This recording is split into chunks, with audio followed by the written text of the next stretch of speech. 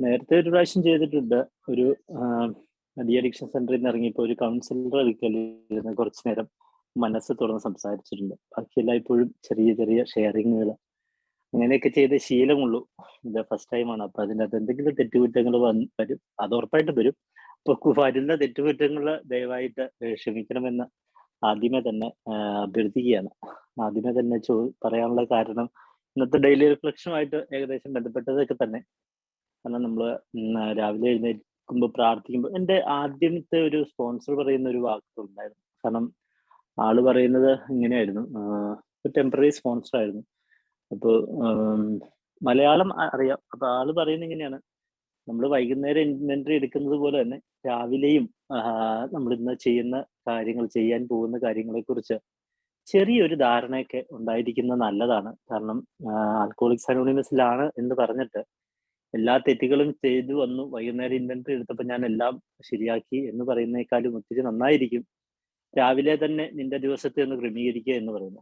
ഇതൊക്കെ കേട്ട് ഒരു ചെവി കൂടെ കേട്ട് മറ്റേ ചെവി കൂടെ പോയേ ഉള്ളൂ. ഇതൊന്നും പ്രാവർത്തികമാക്കാനൊന്നും സാധിച്ചൊന്നുമില്ല. എന്നാലും ഞാൻ ആദ്യമേ തന്നെ ഇന്നത്തെ DR-ഉമായിട്ട് അത് ബന്ധപ്പെടുത്തി ഒന്ന് നോക്കിയപ്പോൾ അത് ഒത്തിരി നല്ലതായിരിക്കും എന്ന് തോന്നി. അതുകൊണ്ട് അങ്ങ് പറഞ്ഞതേ ഉള്ളൂ. എന്തായാലും ഇതിനെ കുറിച്ച് പറയുകയാണെങ്കിൽ ഇപ്പോൾ മദ്യത്തിന് മാറി നിന്നിട്ട് 4 വർഷവും 26 ദിവസവുമായിട്ട് മദ്യത്തിന് മാറി നിൽക്കുന്നുണ്ട്. സന്തോഷവാനാണ്. ശരിക്കും എന്ന് വെച്ചാൽ സാധാരണ ജീവിതത്തിൽ എല്ലാവർക്കുമുള്ള ടെൻഷനും കാര്യങ്ങളും, വീട്ടിലാണെങ്കിലും ചെറിയ ദേഷ്യപ്പെടലും ചിലപ്പോൾ ഒരു വഴക്കുണ്ടാക്കലും ഇതെല്ലാം ആയിട്ട് അങ്ങനെ മുന്നോട്ട് പോകുന്നു. ഞാന് നാട്ടില് എൻ്റെ വീട് കാക്കൂരാണ്, എറണാകുളം ജില്ലയാണ്. കാക്കൂർ എന്നാണ് വീടിന്റെ സ്ഥലപ്പേര്. കോഴിക്കോടും ഒരു കാക്കൂരുണ്ടെന്നാണ് എൻ്റെ ഒരു അറിവ് വെച്ചത്. കാക്കൂരാണ്. അത് എൻ്റെ ഹോം ഗ്രൂപ്പ് നാട്ടില് അഞ്ചൽപ്പെട്ടിയാണ്. അപ്പോ നാട്ടില് ഞാൻ കുറച്ച് നാളൊക്കെ ഉണ്ടായിരുന്നു. പിന്നെ ഒരു ആദ്യമേ എൻ്റെ 1 വർഷം ഞാൻ കംപ്ലീറ്റ് ആവുന്നവരെ, ആൽക്കഹോളിക്സ് അനോണിമസ് വന്നിട്ട് 1 വർഷം കംപ്ലീറ്റ് ആവുന്നവരെ ബോംബെയിലായിരുന്നു.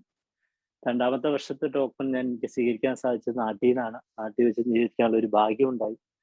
ശരിക്കും ആ ഭാഗ്യത്തോട് ഒക്കെ കൂടിയാണ് ഞാനിപ്പോൾ ഇന്നത്തെ ഈ ഒരു അവസ്ഥയിലേക്കൊക്കെ എത്താനായിട്ട് എനിക്ക് സാധിച്ചത്. 3ാമത്തെ വർഷം എത്തിയത്തേനും ദൈവത്തിന്റെ അനുഗ്രഹവും ആൽക്കഹോളിക്സ് അനോണിമസിന്റെ കൂട്ടായ്മയായിട്ട് UK-ലെത്തി. ഇപ്പൊ ഈ കഴിഞ്ഞ മാസം 4ാം വർഷവും അങ്ങനെ പൂർത്തിയാക്കി. ഇതിനെല്ലാത്തിനും ഞാൻ വിശ്വസിക്കുന്ന ദൈവത്തിനും ഈ കൂട്ടായ്മയ്ക്കും നിങ്ങൾക്ക് ഓരോരുത്തർക്കുമാണ് ഞാൻ നന്ദി പറയേണ്ടത്. കാരണം എനിക്ക് ഇപ്പം എനിക്ക് തോന്നുന്നത് എൻ്റെ ഒരു ചെറിയ ആൽക്കഹോളിക്സ് അനോണിമസ് എത്തുന്നതിന് മുമ്പുള്ള കാര്യങ്ങളെ കുറിച്ച് ഞാൻ പറയുന്നതായിരിക്കും നല്ലതെന്ന് തോന്നുന്നു. കാര്യമൊക്കെ ശരിയാണ്. ഞാൻ കുറച്ച് എഴുതിയ എല്ലാ സെറ്റപ്പ് ഒക്കെ ആക്കി. പക്ഷെ അതിലൂടെ ഒന്നും സഞ്ചരിക്കുമെന്ന് എനിക്ക് തോന്നുന്നില്ല. പറയുന്നത് തന്നെ പിന്നെ പറഞ്ഞതൊക്കെ ഇരിക്കും. എന്തെങ്കിലും ആട്ടെ എന്നുള്ള പ്രതീക്ഷയിൽ തുടങ്ങുന്നു. ശരിക്കും ഞാൻ ഒരു സാധാരണ കുടുംബത്തിൽ എന്ന് പറഞ്ഞു കഴിഞ്ഞാൽ അത്യാവശ്യം ബാക്കി വീട്ടുകാരെല്ലാം നല്ല പണക്കാരൊക്കെയാണ്. ഞാനും എൻ്റെ അപ്പച്ചനും അമ്മച്ചിയും ബാക്കി 3 സഹോദരങ്ങളും അടങ്ങുന്ന ഒരു ചെറിയ സാധാരണ കുടുംബത്തിലാണ് ജനിച്ചത്. സാധാരണ കുടുംബത്തിൽ ജനിച്ചു. അപ്പോൾ ഞാൻ എനിക്ക് ഒരു ഓർമ്മ വെച്ചപ്പോഴൊക്കെ തൊട്ട് തന്നെ അപ്പച്ചൻ മദ്യപിക്കുന്ന ഒരാളായിരുന്നു. മദ്യപിക്കുന്ന മദ്യാസക്തനാണോ എന്നും ഞാൻ പറയാൻ ആളല്ല. പക്ഷെ മദ്യപിച്ച് തന്നെ ഏകദേശം ഒരു ജീവിതത്തിലെ ആളുടെ നല്ല സമയങ്ങളെല്ലാം മദ്യപിച്ചും പിന്നെ മദ്യത്തോടനുബന്ധപ്പെട്ട് തന്നെ ആണ് മരണം എന്ന് പറഞ്ഞാൽ വെറുതെ ഒരു മരണമല്ല, ഒരു അസുഖം വന്ന് മരിച്ചല്ല, ആത്മഹത്യ ചെയ്തതാണ്. അപ്പോ എന്നുവെച്ചാൽ വീട്ടില് നമ്മള് ഇച്ചിരിയൊക്കെ ഓർമ്മ വെച്ചപ്പോ തൊട്ട് തന്നെ ഇച്ചിരി അത്യാവശ്യമല്ല, നല്ല രീതിയിൽ ബഹളവും കാര്യങ്ങളൊക്കെ ആയിട്ട് കുഞ്ഞിപ്പിള്ളേ തന്നെ ബഹളവും കാര്യങ്ങളൊക്കെ കേട്ടാണ് നമ്മൾ വളരുന്നത്. അപ്പം ഓൾറെഡി എനിക്ക് തോന്നുന്നത് ആ ബഹളം ഒരു മദ്യാസക്തനുണ്ടെങ്കിൽ ആ ആളുമായിട്ട് ബന്ധപ്പെട്ട് ഫാമിലിയിലുള്ളവരെങ്കിലും അതുമായിട്ട് ബന്ധപ്പെട്ട് രോഗികളായിരിക്കും എന്നുള്ളൊരു കൺസെപ്റ്റോട് കൂടി തന്നെ ആണ് ഞാനിത് പറഞ്ഞത്. ഇപ്പൊ രാവിലെ ആവുമ്പം അമ്മയും അമ്മച്ചിയും അപ്പച്ചനും തമ്മിൽ കുറച്ച് വഴക്കുകളൊക്കെ ഉണ്ടാവും. അപ്പൊ ഇച്ചിരി അതൊക്കെ കേൾക്കും. പിന്നെ വൈകുന്നേരം ആവുമ്പോൾ അതിന്റെ ബാക്കിയായിരിക്കും. പിന്നെ ഇടയ്ക്കൊക്കെ ഓടണ്ടിയൊക്കെ വന്നിട്ടുണ്ട്. പിന്നെ ചെറിയ ചെറുപ്പത്തില് ഈവൻ പട്ടിണി വരെ കിടക്കേണ്ടി വന്നിട്ടുണ്ട്. ഒത്തിരി ഒന്നും കിടന്നിട്ടില്ല, എന്നാലും ചെറിയ ചെറിയ തോതിലൊക്കെ മദ്യത്തിന്റെ ഒരു മേൽക്കോയ്മ കാരണം പട്ടിണിയൊക്കെ കിടന്നിട്ടുണ്ട്. എന്നിട്ട് ഇതൊക്കെ കഴിഞ്ഞ് ഞാൻ എൻ്റെ തറവാട്ടിൽ ചെല്ലുമ്പോൾ തോന്നാറുണ്ട് എനിക്ക്, അവരിങ്ങനെ രാജാക്കന്മാരെ പോലെ താമസിക്കുന്നു, നമ്മള് പട്ടിണി പാവങ്ങളെ പോലെ ജീവിക്കുന്നു. എപ്പോഴും മാറ്റി നിർത്തപ്പെടുകയായിരുന്നു ചെറുപ്പത്തിൽ മാറ്റി നിർത്തപ്പെട്ടെന്ന് പറഞ്ഞു കഴിഞ്ഞാല് ചില സമയത്തൊക്കെ തോന്നിയിട്ടുണ്ട്, ദൈവമേ എന്തൊരു ജന്മമായതെന്നൊക്കെ തോന്നിയിട്ടുണ്ട്. കാരണം ഫാദറിന്റെ മദ്യപാനം കൊണ്ട് തന്നെ ബാക്കിയുള്ളവരുടെ മുന്നിൽ നിന്ന് ഞങ്ങളെ മാറ്റി നിർത്തുന്ന. കാരണം 6ാം ക്ലാസ്സിലൊക്കെ പഠിച്ചപ്പോൾ ഞാൻ കറക്റ്റ് ഓർക്കുന്നുണ്ട്, 6ാം ക്ലാസ്സിലൊക്കെ പഠിക്കുമ്പോൾ എനിക്ക് ആകെ ഒരൊറ്റ നിക്കറും ഉണ്ടായിരുന്നു, ഒരു നിക്കറും ഒരു ഷർട്ടും ഉള്ളൂ. അത് അലക്കി എടുത്ത് തന്നെ പോകണമായിരുന്നു. അപ്പൊ ഇങ്ങനെ മാറിയൊക്കെ മറ്റുള്ളവർ മാറിയൊക്കെ വരുമ്പോൾ കരച്ചിലും സങ്കടമൊക്കെ വന്നിട്ടുണ്ട്. എല്ലാമായിട്ട് ഞാൻ ഇങ്ങനെ വളർന്നു വന്നു. പക്ഷെ അപ്പച്ചന് ഇടയ്ക്കൊക്കെ മദ്യപിക്കാതിരിക്കുമ്പോഴുള്ള ഒരു തനി മനുഷ്യനായി മാറുന്ന ഒരു അവസ്ഥയുണ്ട്. ചില സമയത്ത് പൈസ ഇല്ലാതൊക്കെ വരുമ്പോൾ ഇരിക്കുന്ന, അയ്യോ അപ്പച്ചനെ എനിക്ക് എൻ്റെ ജീവിതത്തിൽ ഞാൻ ഏറ്റവും കൂടുതൽ ഇഷ്ടപ്പെടുന്ന എൻ്റെ സൂപ്പർ റിയൽ ഹീറോ എൻ്റെ അപ്പച്ചൻ തന്നെയാണ്, എൻ്റെ ഫാദർ തന്നെയാണ്. മദ്യപിക്കുമെങ്കിലും ഞങ്ങൾക്കാർക്കും എന്തൊക്കെ ഉണ്ടെങ്കിലും ആ സ്നേഹത്തിന്റെ അകത്ത് മനുഷ്യൻ, ആ ഒരു വ്യക്തി എന്നുള്ള രീതിയിൽ ഏറ്റവും നിഷ്കളങ്കനായിരുന്നു. അതുകൊണ്ട് തന്നെയാണല്ലോ ശരിക്കും മദ്യപാനിയായി തീർന്നത്. നിഷ്കളങ്കനല്ലാത്ത ഒരുത്തിന് ഒരിക്കലും മദ്യപാനിയായി തീരുമെന്ന് ഞാൻ ഇന്നും വിശ്വസിക്കുന്നില്ല. മദ്യാസക്തനായി തീരുമെന്ന് ഞാൻ വിശ്വസിക്കുന്നില്ല. കാരണം ഒരു വ്യക്തി ആയെങ്കിൽ മാത്രമേ ആ വ്യക്തിക്ക് മദ്യാസക്തനാവാൻ പറ്റത്തുള്ളൂ. അല്ലാത്തവൻ എപ്പോഴും 2 പെഗ് അടിച്ചിട്ട് അവന്റെ കാര്യങ്ങൾ നോക്കി കുടുംബവും നോക്കി ജീവിക്കും, പൈസ ഉണ്ടാക്കും, അങ്ങനെയുള്ള കാര്യങ്ങളിലായിരിക്കും അവർ വ്യാപൃതരാകും. പക്ഷെ ഒരു മദ്യാസക്തനാകും നിഷ്കളങ്കനായതുകൊണ്ട് തന്നെ അവനെ പറ്റിച്ച് നാട്ടുകാരും കുടിക്കും. ഞാനൊക്കെ ഓർക്കുന്നുണ്ട്, ചെറുപ്പത്തിലൊക്കെ ബിസിനസ്സിനിറങ്ങി പൈസ മുഴുവൻ നീ കൊണ്ടുപോയി തൊലച്ചു എന്നൊക്കെ പറഞ്ഞ് എൻ്റെ വല്യപ്പച്ചനും മറ്റുള്ളവരൊക്കെ കുറ്റപ്പെടുത്തുന്നതും ഞാൻ കണ്ടിട്ടുണ്ട്. എൻ്റെ അപ്പനെ കൈയും കാലും കൂട്ടിക്കെട്ടി കൊണ്ടുപോയി എൻ്റെ തറവാട്ടിന്റെ മുറ്റത്ത് കൊണ്ടുപോയി കൂട്ടിക്കെട്ടിയിട്ടിട്ട് ഒരു സീൻ എൻ്റെ മനസ്സിലുണ്ട്.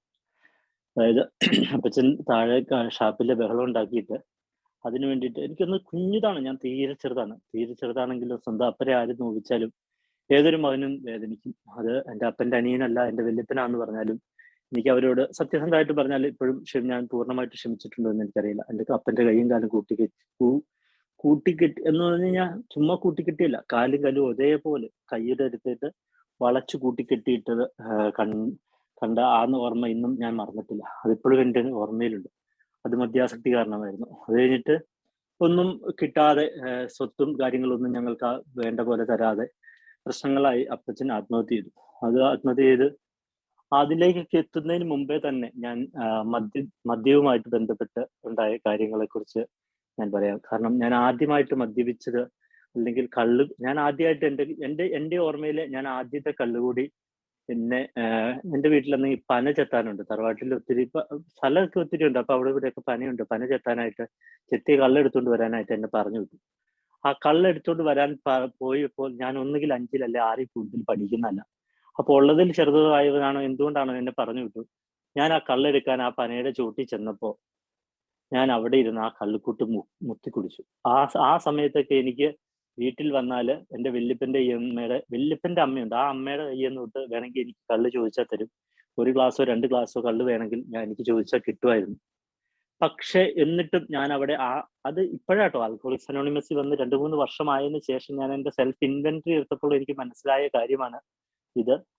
ഞാൻ ആദ്യമായിട്ട് എനിക്ക് കള്ള് കിട്ടിയപ്പോൾ എനിക്ക് ഇഷ്ടം പോലെ കിട്ടുമായിരുന്നിട്ടും ഞാൻ അവിടെയും കള്ളത്തരം കാണിച്ച് മുത്തി കുടിച്ചിട്ട് അതിന്റെ പത പഠിച്ചു വെച്ചു. അപ്പൊ കിട്ടിയപ്പോൾ അതിനൊരു സുഖം തോന്നി. പിന്നീട് വീട്ടിൽ കള്ള് കിട്ടുമ്പോ ഒക്കെ കുടിക്കുമായിരുന്നു.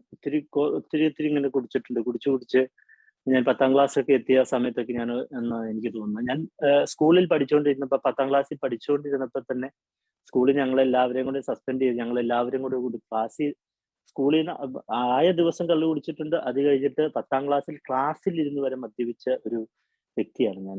അത് കഴിഞ്ഞ് നേരെ വീട്ടുകാര് പഠിക്കാനൊന്നും അത്രയൊന്നും പഠിപ്പിക്കാനുള്ള ഒരു സാമ്പത്തിക സ്ഥിതിയൊന്നുമില്ല.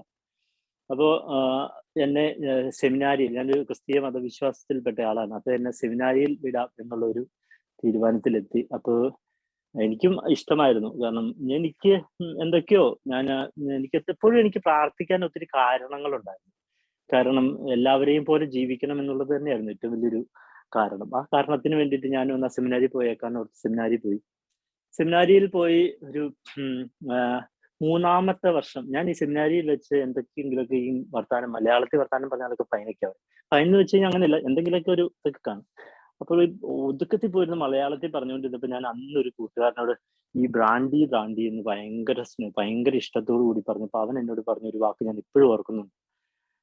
നിന്റെ ഈ ബ്രാൻഡിക്കൊതി എന്തൊരു കൊതിയാടാ എന്ന് ചോദിച്ചു. അപ്പൊ ഈ പള്ളിയില് മറ്റേ ഒരു എന്ന് വെച്ചാൽ ഞാൻ സെമിനാരിൽ ചെന്ന് കഴിഞ്ഞപ്പോ അവിടുത്തെ ടോപ്പറാണ്. അത് നല്ല പഠിത്തത്തിലല്ല, ബാക്കി കാര്യങ്ങളിലെല്ലാം നല്ല മിടുക്കനും കാര്യങ്ങളൊക്കെ ആയിട്ടാണ് വളർന്നു വന്നത്. അപ്പൊ സെമിനാരിയിലെ സാക്രിസ്ത്യൻ എന്ന് പറഞ്ഞ ഒരു പരിപാടി ഉണ്ട്. ഈ പള്ളിയെല്ലാം അലങ്കരിക്കുകയും അതിന്റെ കുർബാനയ്ക്ക് വേണ്ടി ഒരുക്കുകയൊക്കെ. അപ്പൊ അവിടെ ഇച്ചിരി വീഞ്ഞുണ്ട്. ആ വീഞ്ഞ് കിട്ടുന്നത് നമ്മുടെ കയ്യിൽ കിട്ടും. അപ്പം ഒരു പ്രാവശ്യം വീഞ്ഞ് കിട്ടും. ഇവന്മാരെല്ലാരും ജൂനിയേഴ്സ് എല്ലാം ഇറങ്ങി പോയി കഴിയുമ്പോൾ ഒന്ന് മൊത്തിയിട്ടാണ് ഞാൻ പോകുള്ളൂ. കാര്യം അതൊക്കെ കഴിഞ്ഞ അച്ഛന്മാര് ബാക്കി വേണമെങ്കിൽ കുടിച്ചാൽ മതി എന്നുള്ളൊരു ചിന്ത, അങ്ങനെയുള്ള കാര്യങ്ങളൊക്കെ. ഇച്ചിരി മൊത്തി കുറച്ച് 2-3 പ്രാവശ്യം കഴിഞ്ഞപ്പോഴത്തേനും ഈ വീഞ്ഞ് പോയി മേടിക്കണ വേറൊരു അച്ഛനോടാ. അച്ഛൻ പറഞ്ഞു, ഇതെന്നടാ നീ സാർക്കസ്റ്റിനായതിനു ശേഷം വീഞ്ഞിന് വാങ്ങുന്നല്ലോ, ചെലവാണല്ലോ. ഞാൻ എന്നാ ചെയ്യാൻ അച്ഛൻ, എനിക്ക് ഇത്ര പിശുക്കൊന്നുമില്ല, ഞാൻ നന്നായിട്ട് ഇച്ചിരി വീഞ്ഞൊക്കെ ഒഴിക്കുന്നു. അതെനിക്ക് ഇടയ്ക്ക് തോന്നിയിട്ടുണ്ടെന്ന്. ഓ, അപ്പൊ വീണ്ടും അടുത്ത പെർമിഷൻ കിട്ടും. അപ്പൊ അവിടുന്ന് ഇച്ചിരിയൊക്കെ കുടിച്ചൊക്കെ പോന്നു. 3-ാം വർഷം ഞാൻ സെമിനാരിയിലേക്ക് പോകുമ്പോൾ ഇപ്പോഴും എന്റെ ഓർമ്മയിലുണ്ട്, ഒറ്റപ്പാലത്ത് വെള്ളം നിറയ്ക്കാനും കണ്ടായിട്ട് 15 മിനിറ്റും കണ്ട് വണ്ടി നിർത്തിയിടും. അതിന്റെ ഇടയ്ക്ക് ഞാൻ ഓടിപ്പോയി, അവിടെ ഒരു ബാറുണ്ട്, ആ ബാറിൽ പോയി കള്ളു കുടിച്ചിട്ട് 15 മിനിറ്റ് കൊണ്ട് ഓടി തിരിച്ചു വന്ന് ട്രെയിനിൽ കയറി. അത്രയ്ക്കും എനിക്ക് അതിനോടുള്ള ഒരു ഇതുണ്ടായിരുന്നു. അതൊക്കെ അന്നൊക്കെ ഞാൻ അതിനെയൊക്കെ ഒരു ക്രൈസ് ഒക്കെ ആയിട്ട്, എന്താ പറയുന്നത്, അതൊക്കെ എല്ലാം വലിയവർ ചെയ്യുന്ന ഒരു രീതി, അങ്ങനെയൊക്കെ ഓർത്ത് അങ്ങനെ മുന്നോട്ട് പോയി. അപ്പൊ 18 വയസ്സായ 3-ാം വർഷം ഞാൻ തിരിച്ചു വന്നപ്പോഴും വീട്ടിൽ ഈ പട്ടിണിയും ദാരിദ്ര്യമൊക്കെ തന്നെ, ഒരു മാറ്റവും ഇല്ല. അതൊക്കെ അപ്പൻ കുടിക്കുന്നുണ്ട്. അപ്പൊ ഞാൻ ഓർത്തു, ഞാൻ അവിടെ ചെന്നിട്ട് ഈ മൊസൈക്കും മാർബിളും ഇട്ട് കൊടുത്തോടെ നടക്കുന്നു. എന്റെ വീട്ടിൽ ഇതുവരെ ചാണകം മെഴുകിയതല്ലാണ്ട് ഒരു മുന്നിൽ ഇച്ചിരി ഇടയത്തെങ്ങാണ്ട് ഒരു സിമെന്റ് ഇട്ടല്ലാണ്ട് വേറെ ഇല്ല. അപ്പൊ ഞാൻ ഓർത്തു, 18 വയസ്സായി, ഇനിയിപ്പോ ഞാൻ പണിത് എന്തെങ്കിലുമൊക്കെ അധ്വാനിച്ചുണ്ടാക്കി കുടുംബത്തെ പുലർത്തേണ്ടിയിരിക്കുന്നു എന്നൊക്കെയുള്ള എനിക്ക് മനസ്സിലായി. കാരണം ചേട്ടൻ അന്തിത്തേനും ചേട്ടൻ അന്നേരം വർക്ക്ഷോപ്പിൽ ഉണ്ടെന്നാണ് എന്റെ വിശ്വാസം. അന്നേരം പുള്ളി പോകുന്നുണ്ടെങ്കിലും പുള്ളി കുറച്ച് ഷർട്ട് മേടിക്കും, ബാക്കി പുള്ളി നൈസായിട്ട് കള്ളു കുടിച്ച് കളയുമായിരുന്നു. അപ്പൊ കള്ളു കുടിച്ചു കഴിയുമ്പം ചേട്ടൻ കള്ളു കുടിച്ചു കഴിയുമ്പോൾ ഞാൻ നോക്കുമ്പോൾ ചേട്ടനും അപ്പനും തമ്മിൽ നല്ല അടിയും ബഹളമൊക്കെയാണ്.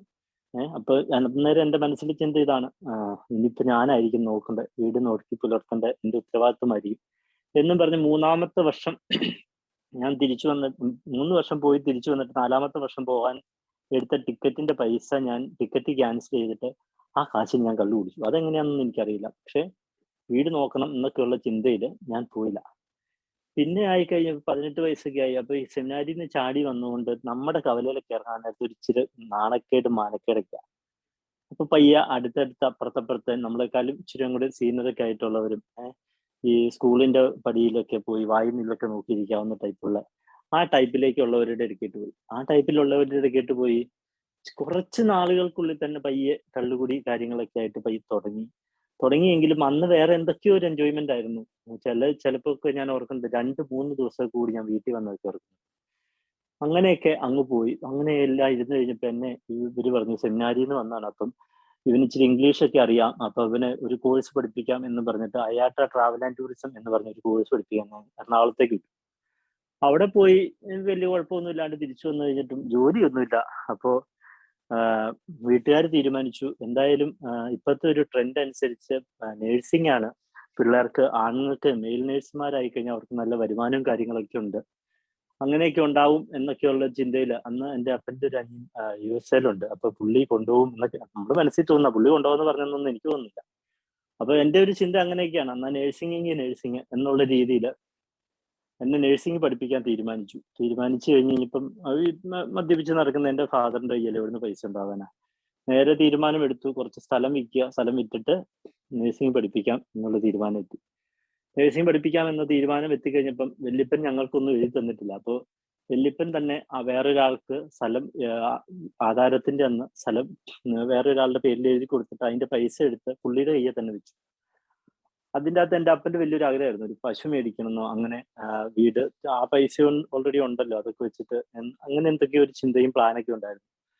അപ്പോ ഫാദർ പ്രതീക്ഷിച്ചിരുന്ന പൈസ കിട്ടാതെ വന്നു. അങ്ങനെയൊക്കെ വന്നു കഴിഞ്ഞപ്പോൾ ഏകദേശം ഫസ്റ്റ് ഇയർ അവസാനം ആയി. അപ്പോൾ ഞാൻ പരീക്ഷ എഴുതാനിരിക്കുകയാണ്. പരീക്ഷ എഴുതുന്നതിന്റെ ഇടയ്ക്ക് നേരെ ചെന്ന് ചാടുന്നത് ബാംഗ്ലൂരിലേക്ക്. പരീക്ഷ എഴുതുന്നതിന് മുമ്പത്തെ കാര്യം പറയാം. അത് ചെന്ന് ചാടിയത് ഏറ്റവും അലമ്പ് കമ്പനിയുടെ കൂടെ തന്നെ എല്ലാവരും ചെന്നുപെട്ടു. ഞാൻ ചെന്നുപെട്ട് ഫസ്റ്റ് ഇയർ പരീക്ഷ എഴുതാറായത്തേനും അവിടെ ഈ കള്ള് കിട്ടും. കള്ളൊക്കെ കുടിച്ച് മഞ്ഞപ്പിത്തം പിടിച്ച് ഫസ്റ്റ് ഇയർ എക്സാം എഴുതാൻ പറ്റാതെ ഞാൻ തിരിച്ചു വന്നു. 2005 ഞാൻ തിരിച്ചു വരുന്നത്. 2005 ഞാൻ പരീക്ഷ 2 എഴുതിയിട്ട് ബാക്കി പരീക്ഷ എഴുതാതെ ഞാൻ ജനുവരി മാസത്തിൽ തിരിച്ചു വന്നു. അപ്പോൾ ഞാൻ കറക്റ്റ് ബാംഗ്ലൂരിൽ നിന്ന് കയറിയപ്പോഴേക്ക് ഓർക്കുന്നുണ്ട്. ഇന്ന് ഹോസ്പിറ്റലിലേക്ക് പോവല്ലേ, അന്ന് എനിക്ക് ബിൽ റൂമിന് ഏതാണ്ട് 17 കണ്ടായി. അപ്പോൾ അത്രയും കൂടിയത് കൊണ്ട് എല്ലാ കൂട്ടുകാരന്മാർ ആരാണ്ടൊക്കെ പൈസ തന്നു, 2005 രൂപയൊക്കെ ആയിട്ട്. ഞാൻ 2005 നാട്ടിലേക്ക് വന്നിട്ട് ഞാൻ നേരെ ഫാദർ കൊണ്ടുപോയി ആക്കിയത് ഒരു ഹോസ്പിറ്റലാണ്, കൂത്താട്ടുകുളം ദേവമാത എന്ന് പറഞ്ഞ ഹോസ്പിറ്റലാക്കി. അവിടെ നല്ല ചികിത്സയൊക്കെ കുഴപ്പമില്ലാണ്ട് ചികിത്സയൊക്കെ പോയി 2-3 ദിവസം കഴിഞ്ഞ് എന്നിട്ട് എന്നെ ഡിസ്ചാർജ് ആക്കി. എൻ്റെ തൊട്ടപ്പുറത്ത് കിടന്ന ആൾക്ക് 17.8 കണ്ടുണ്ടായിരുന്നു. എന്നെക്കാളും കുറച്ച് കൂടുതലേ ഉണ്ടായിരുന്നുള്ളൂ. പക്ഷെ ആളുടെ ദേഹമൊക്കെ മഞ്ഞച്ച് മൊത്തം ചൊറിച്ചിലും കാര്യങ്ങളൊക്കെ മെന്റലി ഒക്കെ പ്രശ്നമൊക്കെ ആയി.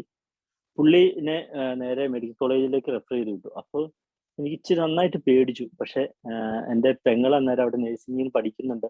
അപ്പൊ അവളുടെയും വേറെ ഒത്തിരി പേരൊക്കെ ഉണ്ടായിരുന്നു. അവരെല്ലാരും വന്ന് സമാധാനിപ്പിച്ച് നല്ലൊരു രീതിയിൽ എന്നെ ഡിസ്ചാർജ് ചെയ്ത് വീട്ടിൽ വന്ന് 3-ാമത്തെ ദിവസമോ 4-ാമത്തെ ദിവസമാണെന്ന് തോന്നുന്നു, ജനുവരി 26-ാം തീയതിയാണ് അപ്പച്ചൻ ആത്മഹത്യ ചെയ്യുന്നത്. അന്ന് ഈ നല്ല വെള്ളമായിട്ട് എന്തൊക്കെയോ പറഞ്ഞു. ഞാനിങ്ങനെ വയ്യാതിരിക്കുകയാണ്. വയ്യാതിരുന്ന് വെച്ചാൽ വലിയ വയ്യായികൊന്നുമില്ല, അങ്ങനത്തെ വലിയ പ്രശ്നങ്ങളൊന്നുമില്ല. വീട്ടുകാർ നമ്മളെ താങ്ങും തോറും നമുക്ക് ഈ എന്താ പറയുന്നത്, തളർച്ച കൂടുമല്ലോ. അപ്പൊ അവര് താങ്ങുന്ന കണ്ടപ്പോ എനിക്ക് കൂടുതൽ തളർച്ചയായി. അങ്ങനെ ഇരുന്നപ്പോ അപ്പച്ചൻ ഇതിനു വേണ്ടി പോവാണ്, പാടത്തേക്ക് പണിയെടുക്കാൻ പോകുന്ന. അപ്പച്ചനെ കുറിച്ച് പറയുകയാണെങ്കിൽ ശരിക്കും പറഞ്ഞാൽ ചിലപ്പോൾ അപ്പച്ചൻ പറഞ്ഞു കേട്ടിട്ടുണ്ട് 22 മണിക്കൂർ വരെയൊക്കെ ഒരു ദിവസം പണിയെടുത്തിട്ടുണ്ടെന്ന്. എന്നുവെച്ചാൽ അധ്വാനിക്കുന്നതിന്റെ അകത്ത് ഭയങ്കരമായിട്ട് അധ്വാനിക്കുന്നു. അപ്പൊ അതിൻ്റെ അകത്തൊക്കെ എനിക്ക് ഭയങ്കര റെസ്പെക്ട് ആണ്. അപ്പോ ഇതിലേക്ക് പോയപ്പം രാവിലെ ഒരു ബഹളം കഴിഞ്ഞിട്ടാണ് പോകുന്നത്. ബഹളം കഴിഞ്ഞ് പോകാൻ നേരത്ത് ഞാൻ ഇന്ന് കാണിച്ചു തരാടി, ഞാൻ ഇന്ന് കുരുടാൻ കഴിച്ച് മരിക്കും എന്നൊക്കെ അമ്മയോട് പറഞ്ഞപ്പോൾ എൻ്റെ വായിൽ നിന്നും അറിയാണ്ട് വേറെ ചീത്ത ഒരു വാക്കും വീണിട്ടുണ്ട്. അപ്പൊ അത് കഴിഞ്ഞ് വൈകുന്നേരമൊക്കെ ആയപ്പോഴത്തേനും കരച്ചിലും ബഹളമൊക്കെയാണ്. ഞാൻ മയങ്ങിപ്പോയോ എന്തോ സംഭവിച്ചു. അപ്പോൾ ഹോസ്പിറ്റലിൽ എത്തുന്നതിന് മുമ്പേ അതിന്റെ ഫാദർ മരിച്ചു. അപ്പോ എനിക്ക് തോന്നി ഇതിപ്പം ഭയങ്കര പ്രശ്നമാണ്. മദ്യപിച്ച് തന്നെയാണ് അപ്പച്ചൻ മരിച്ചത്. അതിന്റെ ഒരു പ്രശ്നം കൊണ്ടാണ് മരിച്ചത്. ഇനിയിപ്പോ ഒരിക്കലും ആ മരണവുമായിട്ട് ബന്ധപ്പെട്ട് ഞാൻ ഇച്ചിരിയൊക്കെ അടിയിൽ പോയി. പക്ഷെ എന്നെ അടിയിൽ വിടാതിരിക്കേണ്ടത് എല്ലാവരും ഇതായിരുന്നു. കാരണം അസുഖവും ആയിട്ടിരിക്കുന്നതുകൊണ്ട്. അപ്പൊ എനിക്ക് ഒത്തിരി പലരും സപ്പോർട്ടൊക്കെ ചെയ്ത് വേഗം തന്നെ എന്നെ ബാംഗ്ലൂർക്ക് തിരിച്ചു. 41-ാം ദിവസം അപ്പച്ചൻ മരിച്ചതിന് 41-ാമത്തെ ഓർമ്മയുടെ അന്ന് എനിക്ക് മഞ്ഞപ്പിത്തം പിടിച്ച് 17 ആയവനാണെന്ന് ഓർക്കണം.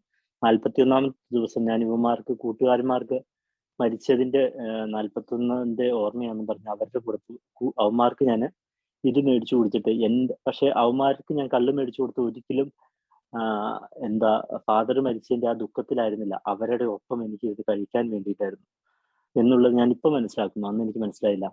എന്നിട്ട് 41-ാമത്തെ ദിവസം ഞാൻ അവരുടെ ഇടയ്ക്ക് പോയി പയ്യെ ഇരുന്നിട്ട് ഇച്ചിരി വീഞ്ഞു കുടിച്ചു നോക്കി. എല്ലാവരും ആരും കാണാതെ, നമുക്ക് എല്ലായിടത്തും ഒരു കൂട്ടുകാരന്മാരുണ്ടായിരിക്കുമല്ലോ, ഇച്ചിരി ആരും കാണാതെ കൊണ്ടുപോയി തരുന്നത്. അങ്ങനെയൊക്കെ ഞാൻ അന്ന് വീഞ്ഞൊക്കെ കുടിച്ചു.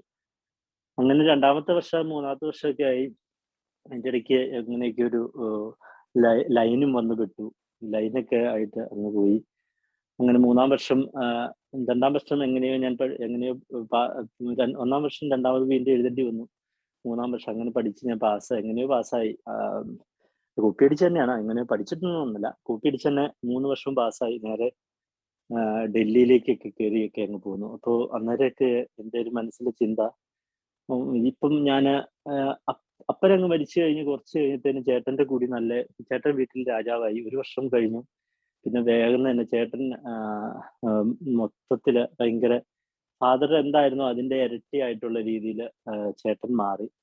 അപ്പൊ ചേട്ടൻ മാറി കഴിഞ്ഞ് കഴിഞ്ഞപ്പം ഞാൻ കുടിച്ചുകൊണ്ടിരുന്നപ്പോ ഞാൻ എന്നും തുലനം ചെയ്യുക. അവര് കുടിക്കുന്നുണ്ട്, അവര് കുഴപ്പമില്ല. ഞാൻ ഇതിന്റെ ഇടയ്ക്ക് ചേട്ടനെ ഏതോ ഒരു സമയത്ത് ഫാദർ മരിച്ചു കഴിഞ്ഞ് 2 വർഷമൊക്കെ കഴിഞ്ഞത്തേന് ചേട്ടന് ഡി അഡിക്ഷൻ സെന്ററിൽ കൊണ്ടുപോയി ആക്കി ഞാൻ ഓർക്കുന്നുണ്ട്.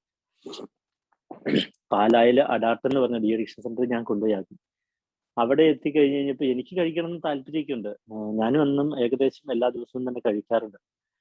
അവിടെയുള്ള ചേട്ടന്മാര് പറഞ്ഞു, "എടാ നിനക്ക് പുറത്തു പോകാൻ പെർമിഷൻ ഉണ്ട്. നീ പുറത്ത് പോയിട്ട് ഇച്ചിരി ഫ്രൂട്ട്സ് മേടിച്ചിട്ട് ഇതിന്റെ അകത്തുനിന്ന് അടയ്ക്ക് 2 പൈന്റ് മേടിച്ച് വെച്ചോണ്ട് വരണം" എന്ന് പറഞ്ഞു. അപ്പൊ ഞാൻ നോക്കിയപ്പോ എനിക്കൊരു ചാൻസാ, കുടിക്കാൻ കിട്ടുന്ന ഒരു ചാൻസ് ആണല്ലോ. ചേട്ടനെ ഡി അഡിക്ഷൻ സെന്ററിൽ കുടി നിർത്താൻ വേണ്ടി കൊണ്ടുപോയി നിർത്തിയേക്കുന്നത്. ഞാൻ പുറത്തു പോയി അവിടെയുള്ളവർക്ക് വേണ്ടി കള്ള് മേടിച്ചുകൊണ്ട് വരാനായിട്ട് ഞാൻ പോയി എന്നെ തിരിച്ചു വന്ന വഴിക്ക് പിടിച്ചു.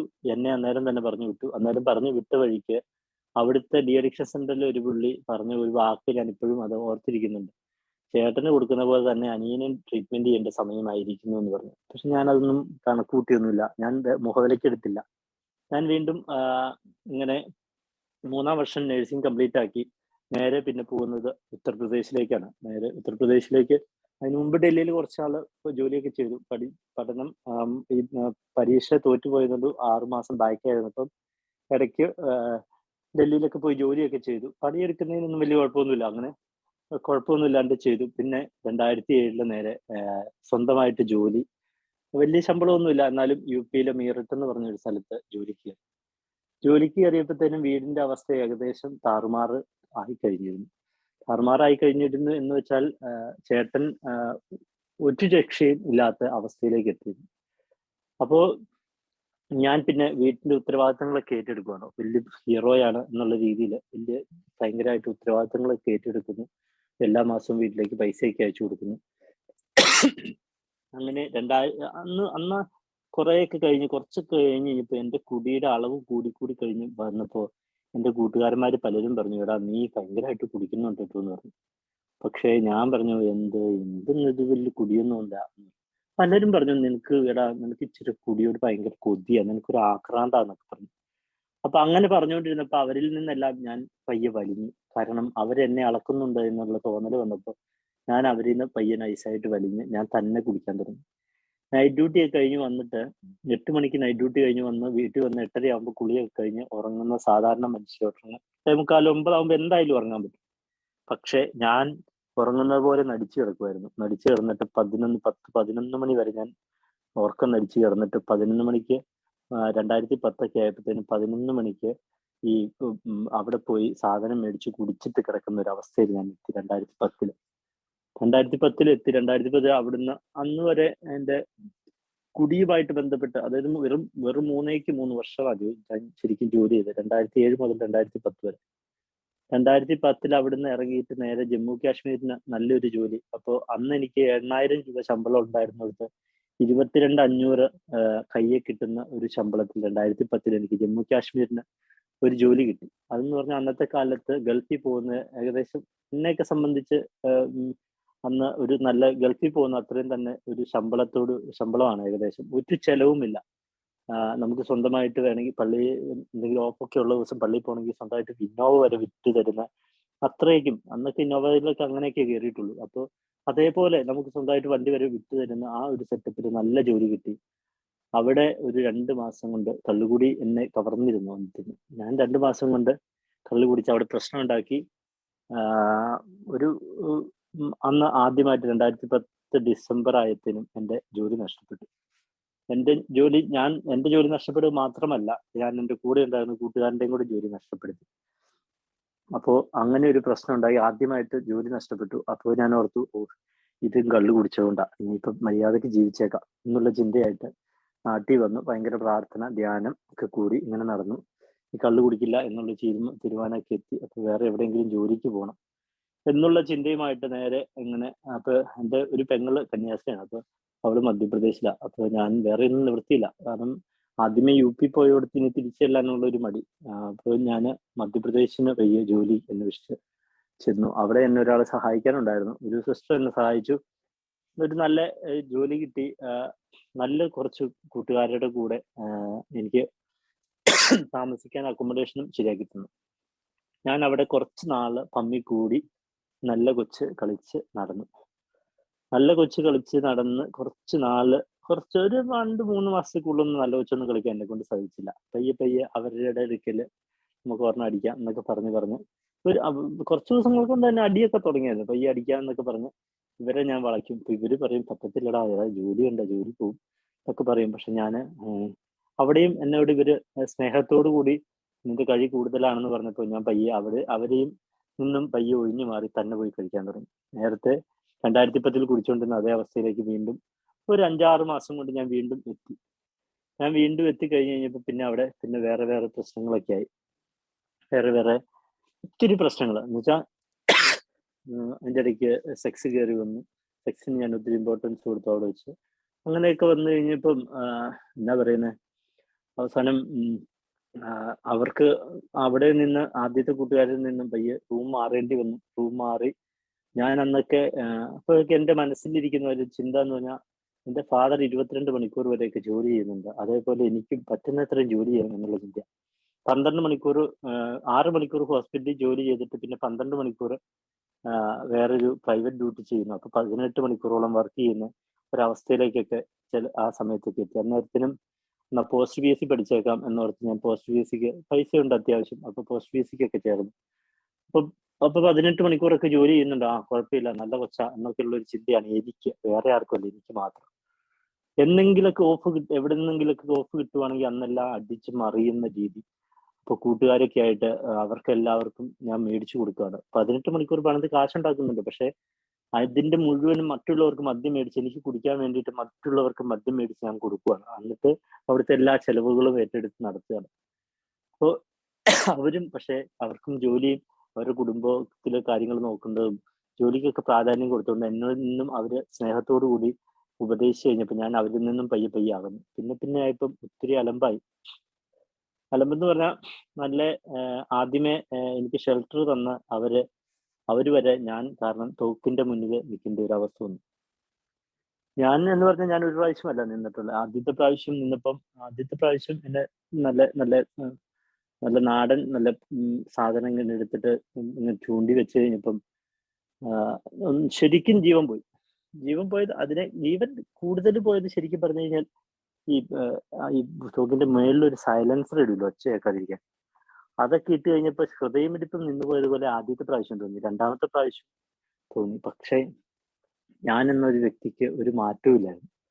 ഞാൻ അവിടുത്തെ കളം മതിയാക്കി നേരെ ഡൽഹിക്ക് വിട്ടു.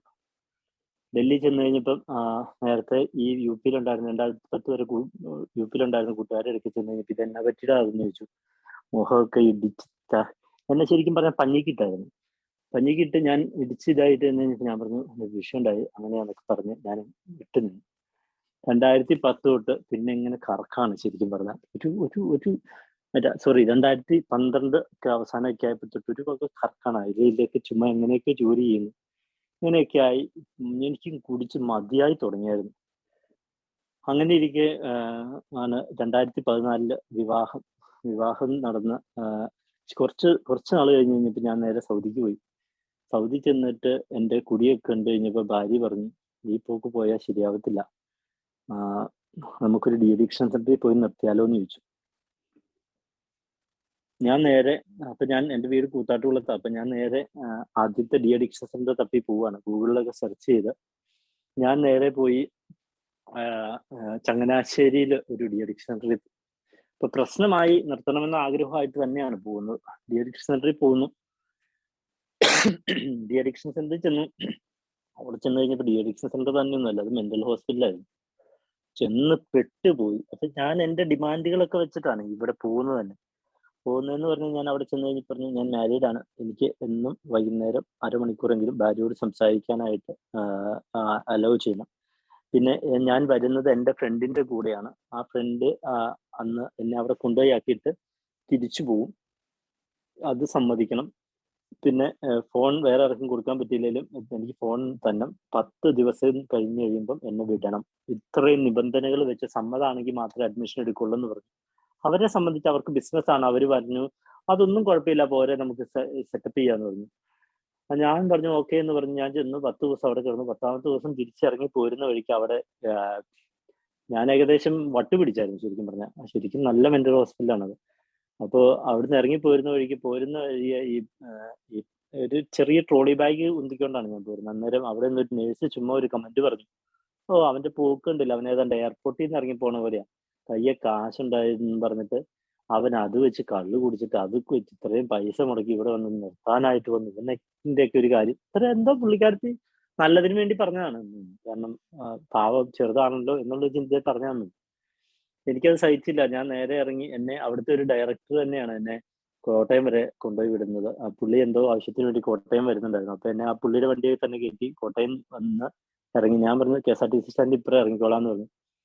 ഇറങ്ങി പുള്ളിയുടെ വണ്ടി പോയി. നേരെ KSRTC സ്റ്റാൻഡ് ഓപ്പോസിറ്റ് ഒരു ബീവറേജ് ഉണ്ട്. അവിടെ ചെന്ന് ഒരു പൈന്റ് മേടിച്ച് നേരെ ബാഗിന്റെ അകത്ത് വെച്ചു. ഈ ഡൈസൾഫ്യൂരാൻ എന്ന് പറഞ്ഞിട്ടൊരു ആന്റിബയോട്ടിക്സ് ഉണ്ട്. അത് വീട്ടിൽ ചെന്ന് കഴിച്ചു. വീട്ടിൽ വീട്ടിൽ അമ്മയ്ക്ക് മാത്രമേ അറിയത്തുള്ളൂ. അന്ന് ചേട്ടനോട് ഒന്നും പറഞ്ഞിട്ടില്ല. ഞാന്, വൈഫ്, അമ്മ, 3 പേര് മാത്രം അറിഞ്ഞുകൊണ്ട് നടത്തുന്ന ഡീലാണ് ഡീഅഡിക്ഷൻ സെന്റർ.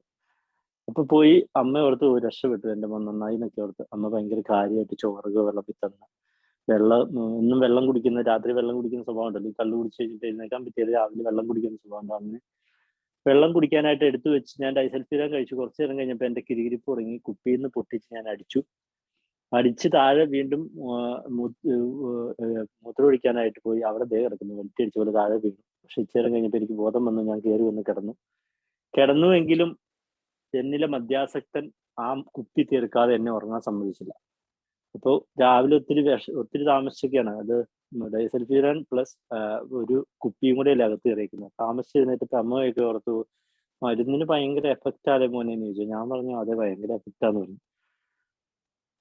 അങ്ങനെ അവിടുത്തെ പരിപാടി അങ്ങനെയൊക്കെ കഴിഞ്ഞു. 2014 തൊട്ട് ഞാൻ ഡീഅഡിക്ഷൻ സെന്ററുകളിൽ കയറാൻ തുടങ്ങി. പിന്നെ കുറച്ച് ദിവസം കുടിക്കും, വീണ്ടും വയ്യാതാവും. വയ്യാതൊക്കെ ആയിട്ട് പയ്യെ എവിടെയെങ്കിലും ഡീഅഡിക്ഷൻ സെന്ററിൽ പോകും, അല്ലെങ്കിൽ എവിടെയെങ്കിലൊക്കെ പോയി ട്രിപ്പൊക്കെ ഇട്ട് കിടക്കും. ട്രിപ്പൊക്കെ ഇട്ട് കിടക്കുന്ന 2013 ഒക്കെ തൊട്ട് എനിക്ക് കുടി നിർത്തണം എന്നൊരു ആഗ്രഹം ഉണ്ടായിരുന്നു. 2013 ഞാൻ ഓർക്കുന്നുണ്ട്. ഞാൻ പോസ്റ്റ് PSC പരീക്ഷയ്ക്ക് വേണ്ടി ചേർന്നായിരുന്നു എന്ന് പറഞ്ഞെന്ന് ഓർക്കുന്നത്. ആ പരീക്ഷയുടെ ലാസ്റ്റ് പരീക്ഷ എനിക്ക് മദ്യപിക്കാതെ ഇരിക്കുന്നതുകൊണ്ട് കൈ വരച്ചിട്ട് എഴുതാൻ പറ്റാതെ വരും. എന്നിട്ട് ഞാൻ വേറെ ആളെ കയറ്റി വെച്ച് എഴുതിച്ചു. വേറെ പയ്യനെ കയറ്റി ഇരുത്തി പരീക്ഷയൊക്കെ എഴുതിപ്പിച്ച് ഞാൻ പാസ്സുമായി. ഡിസ്റ്റിങ്ഷൻ ഒക്കെ ഉണ്ട്. സംഭവമൊക്കെ ശരി. ഒപ്പി അടിച്ച് തന്നെയാണ്, വേറെ ഒന്നുമല്ല. അപ്പോൾ അങ്ങനെയൊക്കെ പോന്നപ്പോഴും എന്നും ഓർക്കും നിർത്തേണ്ട സമയമായിരിക്കുന്നു, കഴിഞ്ഞു പോയിരിക്കുന്നു എന്നൊക്കെ ഓർത്ത് പല ഡീഅഡിക്ഷൻ സെന്ററിൽ പോവും, ധ്യാനങ്ങളിലൊക്കെ പോകും. ധ്യാനങ്ങളിലൊക്കെ പോകാൻ നേരത്ത് എൻ്റെ ഒരു ചിന്ത, സത്യസന്ധമായിട്ടും പറഞ്ഞു കഴിഞ്ഞാൽ 10,000, 2,000, 10,000, 5,000 പേരൊക്കെ ഇരുന്ന് ധ്യാനിക്കുന്നവർക്ക് എൻ്റെ ചിന്ത ഇതാണ്.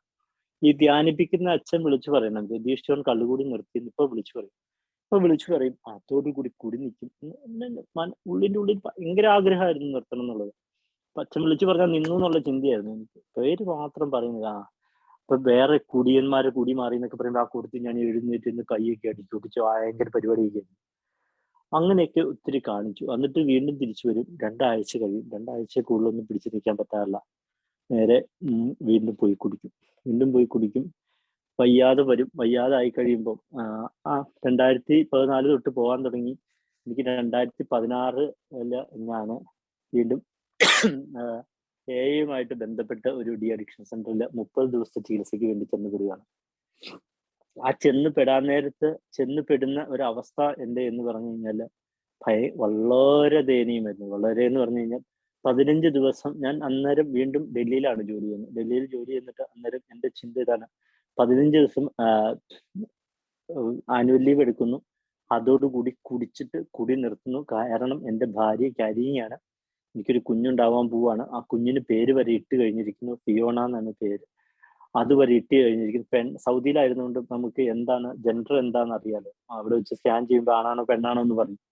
അപ്പൊ അതുവരെ ഇട്ട് എല്ലാം പ്ലാൻ ചെയ്തുകൊണ്ട് 15 ദിവസം ഇത് കഴിഞ്ഞിട്ട് ആനുവൽ ലീവ് എടുത്തിട്ട് ഡൽഹി വെച്ച് തന്നെ മദ്യപാനം നിർത്തിയേക്കാം എന്നുള്ള ചിന്തയിൽ മദ്യപിച്ചു. ആ മദ്യപാനം നീണ്ടുപോയിട്ട് അവസാനം ഞാൻ മധ്യപ്രദേശിൽ കിടക്കുന്ന ഒരു കൂട്ടുകാരനെ ട്രെയിന് ഡൽഹിക്ക് വരുത്തി. ഡൽഹിയിൽ നിന്നും അവൻ എന്നെ എസ്കോർട്ട്, അതായത് എനിക്കേറ്റ് നിൽക്കാൻ പറ്റില്ലാത്ത അവസ്ഥയിൽ ഡൽഹിയിൽ നിന്നും കേരളത്തിൽ അവൻ വന്നു. അവൻ അപ്പ് ആൻഡ് ഡൗൺ എല്ലായിടത്തും ടിക്കറ്റും കാര്യങ്ങളും പൈസയൊക്കെ കൊടുത്താണ് കൊണ്ടുപോയത്. അപ്പോൾ അതെല്ലാം കൂടെ എടുത്തിട്ട് എന്നെ നാട്ടിൽ കൊണ്ടുപോയി ആക്കി. അവിടുന്ന് ഞാൻ ഡീഅഡിക്ഷൻ സെന്ററിൽ പോവുകയാണ് ചെയ്തത്. അവിടെ 30 ദിവസത്തെ ധ്യാനത്തിനിടയ്ക്ക് ഡീഅഡിക്ഷൻ സെന്ററിൽ 30 ദിവസം ഉണ്ടായിരുന്നതിന്റെ ഇടയ്ക്ക് ഞാൻ എൻ്റെ ഉണ്ടാവാൻ പോകുന്ന കുഞ്ഞിന്റെ പേര് വരെ പറഞ്ഞ് പ്രാർത്ഥിക്കുന്നതിൻ്റെ ഇടയ്ക്ക് അപ്പൊ ഈ അന്നേരം അവിടെയൊക്കെ നടക്കുന്ന എന്നാന്ന് വെച്ച് കഴിഞ്ഞാൽ ഷെയറിങ്ങുകളൊക്കെ നടക്കുന്നൊക്കെ ഉണ്ട്. ഭയങ്കര പ്രശ്നമാണ് എന്നുള്ളതും മനസ്സിലായി. 30 ദിവസം ഞാൻ ഡി അഡിക്ഷൻ സെന്ററിൽ കിടന്ന് 31ാമത്തെ ദിവസം ഇറങ്ങിക്കഴിഞ്ഞ് ഇപ്പൊ ഞാൻ നേരെ കോട്ടയത്ത് ഒരു സ്ഥലത്ത് പോയി മദ്യപിച്ചു എന്ന് പറഞ്ഞാൽ ഒരു ഗ്ലാസ് കള്ള് കുടിച്ചു. ഈ ആ കള്ള് കുടിച്ചിട്ട് പക്ഷെ എനിക്ക് എവിടെയോ എന്തോ ക്ലിക്കായി. അവിടെ നടക്കുന്ന ഒരു സാധനമുണ്ട്, മീറ്റിംഗ്. ഈ മീറ്റിങ്ങിന് പോകേണ്ട ഒരു ആവശ്യമുണ്ട് എന്നൊക്കെ പറഞ്ഞിട്ട് ഞാനൊരു ബുധനാഴ്ചയാണ് ഇറങ്ങുന്നത് ആ ഡി അഡിക്ഷൻ സെന്ററിൽ നിന്ന്. ആ ഡി അഡിക്ഷൻ സെന്ററിൽ പിന്നെ എല്ലാ ഞായറാഴ്ചകളിലും ആ സമയത്ത് ഇറങ്ങുന്നവര് ഞായറാഴ്ചകളിൽ അവിടെ ഒരു മീറ്റിംഗ് ഉണ്ട്. അവിടെ ഓപ്പൺ മീറ്റിംഗ് ആണ്. അപ്പൊ അതിൻ്റെ അകത്ത് എല്ലാവരും പോയി ഷെയർ ചെയ്യുന്ന ഒരു പരിപാടിയുണ്ട്. എന്നിലെ മദ്യാസക്തൻ, സൂത്രശാലിയും ചിന്താക്കുഴപ്പമൊന്നും ഉണ്ടാക്കുന്നവനായ മദ്യം എന്നെ ഞായറാഴ്ച ദിവസം ഷെയർ ചെയ്യാൻ നേരത്ത് ഞാൻ പറഞ്ഞൊരു വാക്കാണ്. ഞാൻ ബുധനാഴ്ച ഇറങ്ങി വ്യാഴാഴ്ച പോയി കള്ളു കുടിച്ചു. പക്ഷെ ഞായറാഴ്ച ഷെയർ ചെയ്യാൻ നേരത്ത് മനസാക്ഷി കുത്തുകൊണ്ടോ എന്തുകൊണ്ടോ ഞാൻ പറഞ്ഞു, നിങ്ങൾക്കെല്ലാവർക്കും, ബാക്കിയുള്ളവർ അതിന്റെ വ്യാഴാഴ്ച പോയതിനും വെള്ളിയാഴ്ച പോയതിനും പറഞ്ഞു 31 ദിവസമായിട്ട് മദ്യപിച്ചിട്ടില്ല എന്ന് പറഞ്ഞു. പക്ഷെ ഞാൻ എന്ന കുറുക്കൻ, ഞാൻ എന്ന ഫ്രോഡ്, ഞാൻ എന്ന എന്ത് ഏറ്റവും ചീത്ത വാക്ക് ഏതാണോ അത് ഉപയോഗിച്ച് നിങ്ങൾക്ക് എന്നെ വിളിക്കാം. ഞാൻ പറഞ്ഞു, നിങ്ങൾക്കറിയാലോ ഞാൻ ബുധനാഴ്ച ഇവിടുന്ന് പോയല്ലേ ഉള്ളൂ എന്ന് ചോദിച്ചു. ഒരൊറ്റ ഒഴുക്കൻ ചോദ്യത്തിൽ ഞാൻ എന്ന സൂത്രശാലി അവിടെ പിടിച്ചു നിന്നിട്ട് ഞാൻ പോന്നു കഴിഞ്ഞ് പിന്നെ എനിക്ക് അവിടെ അഞ്ചൽപ്പെട്ടി എന്ന് പറയുന്ന അഞ്ചൽപ്പെട്ടി എൻ്റെ ഹോം ഗ്രൂപ്പാണ് ഇപ്പോഴും. അവിടെ ഞാനൊരു മീറ്റിങ്ങിന് പോയി. അതെന്താണെന്നറിയില്ല, എങ്ങനെയോ ദൈവം എന്നെ അവിടെ എത്തിച്ചു എന്ന് വേണം പറയാം. അവിടെ ഞാനൊരു മീറ്റിങ്ങിന് പോയി കഴിഞ്ഞിട്ട് ഇവരെല്ലാവരുടെയും സത്യസന്ധമായിട്ടുള്ള മനസ്സ് തുറന്നുള്ള ഷെയറിങ്ങുകൾ കേട്ട് കഴിഞ്ഞപ്പോൾ ഞാൻ ഓർത്തു, ഈ ഒരു ദിവസം പലരും കള്ളു വീണ്ടും കുടിച്ചിട്ട് വന്നവരൊക്കെ ഉണ്ട്. അപ്പം ഈ പ്രാവശ്യം എന്തായാലും ഇവരോട് എനിക്ക് തുറന്നു പറയാം. ഞാൻ വ്യാഴാഴ്ച കള്ളു കുടിച്ചു, വെള്ളിയാഴ്ച ഒരു ദിവസം കുടിക്കാതെ ഉള്ളൂ, ഇന്ന് ഞാൻ ശനിയാഴ്ച 2 ദിവസമായിട്ട് ഞാൻ കുടിക്കാത്തേ ഉള്ളൂ. ഇവരോടൊന്ന് പറയാം. കാരണം ആ പറയാമെന്ന് എനിക്ക് എൻ്റെ മനസ്സിന് ബലം നൽകിയതാണ് ആൽക്കഹോളിക്സ് അനോണിമസിലെ കൂട്ടായ്മയിലുള്ള അവിടെ ഇരിക്കുന്ന എൻ്റെ സഹോദരങ്ങളെ പോലെ കാണുന്നവർ എനിക്ക് എൻ്റെ മനസ്സിന് ബലം നൽകി. ഞാൻ തുറന്നു പറഞ്ഞു, ഞാൻ ഇവിടെ ഇറങ്ങിയിട്ട് ഇന്ന ദിവസം കുടിച്ചു എന്ന് പറഞ്ഞു. മീറ്റിംഗ് കഴിഞ്ഞ് എന്നെ ആരും ഒന്നും പറഞ്ഞില്ല. നീ എന്തിനു കുടിച്ചെന്നോ ആരും ചോദിച്ചില്ല. നീ മാറ്റം നിർത്തിപ്പെടുമെന്ന് പറഞ്ഞില്ല. നീ 30 ദിവസം ഡി അഡിക്ഷൻ സെന്ററിൽ കിടന്നല്ലേ എന്ന് ചോദിച്ചില്ല. ഞാൻ കുടിച്ചു എന്ന് അറിഞ്ഞപ്പോ മീറ്റിംഗ് കഴിഞ്ഞ് വന്ന് കുറച്ചു പേരെ നെഞ്ചോട് ചേർത്ത് കെട്ടിപ്പിടിച്ചിട്ട് പറഞ്ഞു, മോനെ സാരമില്ല, പോട്ടെ, ഇതൊരു രോഗമാണെന്ന് പറഞ്ഞു. അന്ന് കിട്ടിയൊരു ഫീലിംഗ് ഉണ്ട്. സത്യസന്ധമായിട്ടും പറഞ്ഞാല് ആ നെഞ്ചിലെ ചൂട് ഞാൻ ഇപ്പോഴും എൻ്റെ മനസ്സിൽ ഓർമ്മയുണ്ട്. പക്ഷെ ഞാൻ വീണ്ടും പോയി കുടിച്ചു എന്നുള്ളതാണ്. ഞാൻ പോയി കുടിച്ചു. വീണ്ടും ഉള്ള കുടികള് പിന്നീടുള്ള കുടികള് വീണ്ടും ഞാൻ ഒരു പ്രാവശ്യം സൗദിക്ക് പോയി. ഇതിനു മുമ്പ് പോയി ഇപ്പൊ തൊട്ടേ കള്ള് കിട്ടുന്ന ഒരു നമ്പറൊക്കെ എൻ്റെ ഇതിൻ്റെ അകത്ത് സേവ്ഡ് ആയിരുന്നു. അത് കഴിഞ്ഞ് കൊച്ചുണ്ടായി കഴിഞ്ഞ് കഴിഞ്ഞപ്പോൾ 54ാമത്തെ ദിവസം ഞാൻ കുഞ്ഞിനെയും കൊണ്ട് ഞാൻ എയർപോർട്ടിൽ പോകുന്ന ഒരു സീനുണ്ട്. ആ സീനൊക്കെ എന്ന് പറഞ്ഞു കഴിഞ്ഞാല് പ്രസവിച്ച് 54 ദിവസമായ ഭാര്യ വലിയ ബാഗ് ചുമക്കുന്നു. എൻ്റെ കൈയും കാലും വിറച്ചിട്ട് നിൽക്കാൻ പറ്റാതെ വന്നിട്ട് 54 ദിവസമുള്ള കൊച്ചിനെ ഞാൻ കെട്ടിപ്പിടിച്ചേക്കുക, എൻ്റെ വിറം മറ്റുള്ളവരെ കാണിക്കാതിരിക്കാൻ വേണ്ടി. അങ്ങനെ ഞാൻ എയർപോർട്ടിന്റെ അകത്ത് കയറി ഞാൻ ചാടി അവളിരിക്കുന്നതിൻ്റെ ഇപ്പുറത്തെ സൈഡിൽ കയറിയിരുന്നു. എനിക്ക് ഇങ്ങനെയെങ്കിലൊക്കെ ഒന്ന് വിറ മാറ്റണം എന്ന്, വിറയ്ക്കുന്ന ആരും കാണാതിരിക്കാൻ വേണ്ടി. പാവം ഭാര്യ, നല്ലവനാ ഞാനെന്ന് ഓർത്ത് അവൾ വിശ്വസിച്ചു. ഇനി കുടിക്കുകയല്ലോ എന്നൊക്കെ ചോദിച്ചു. ഞാൻ പറഞ്ഞു ഇനി കുടിക്കുകയില്ല എന്ന് പറഞ്ഞു ഒരു സൈഡിൽ മാറിയിരുന്നു. ഞാൻ ഒരു സൈഡിൽ മാറിയിരുന്നു. എന്നിട്ട് ഞാൻ എയർപോർട്ടിൽ ഇറങ്ങി എങ്ങനെയൊക്കെയോ ഞാൻ അവിടെ സൗദിയിലെത്തി. 6 മാസത്തെ വിസയ്ക്കാണ് പോയത്. 6 മാസത്തിനിടയ്ക്ക് ഞാൻ ഇടയ്ക്കിടയ്ക്ക് കുപ്പി മേടിച്ച് വീണ്ടും കുടിക്കുന്ന ഒരവസ്ഥയായി. കുപ്പി മേടിച്ച് കഴിയുമ്പോൾ അത് തീരുന്ന വരെ നന്നായിട്ട് കുടിക്കും. അവിടെ ചാരായാണല്ലോ, 2 ലിറ്ററോളം എങ്ങാണ്ട് കിട്ടും. അപ്പൊ അവിടെ കുടിക്കുന്ന ദിവസം ഈ 54 ദിവസമായിട്ടുള്ള കൊച്ചിനെയും കൊണ്ട് പോയിട്ട് ഞാൻ പോയി കുറച്ച് ദിവസങ്ങൾ കഴിഞ്ഞ് കഴിഞ്ഞപ്പോൾ ഞാൻ എന്നില്ല തനിനിറം വീണ്ടും പുറത്തെടുത്തു. ഒരു ദിവസം 90 പോലും കഴിഞ്ഞിട്ടില്ല അന്ന് കൊച്ചുണ്ടായിട്ട്. വൈഫ് ഡ്യൂട്ടിക്ക് പോയിട്ട് തിരിച്ചു വരുമ്പോ കൊച്ചു കിടന്ന് വാവിട്ട് കിടന്ന് കരയുന്നു. ഭാഗ്യം കൊണ്ട് കട്ടിലേം താഴെ പോയിട്ടില്ല എന്ന് മാത്രം. കട്ടിലിന്റെ മേലിൽ തൊട്ടി കെട്ടിയിട്ടുണ്ടായിരുന്നു. അപ്പൊ അതുകൊണ്ട് തൊട്ടിയിലാണോ കിടന്നത് അത് ഞാൻ ഇപ്പോഴും ഓർക്കുന്നില്ല. കൊച്ചു വാവിട്ട് കരയുന്നു. ഞാൻ വെട്ടിയിട്ട പോലെ അവിടെ കിടപ്പുണ്ട്.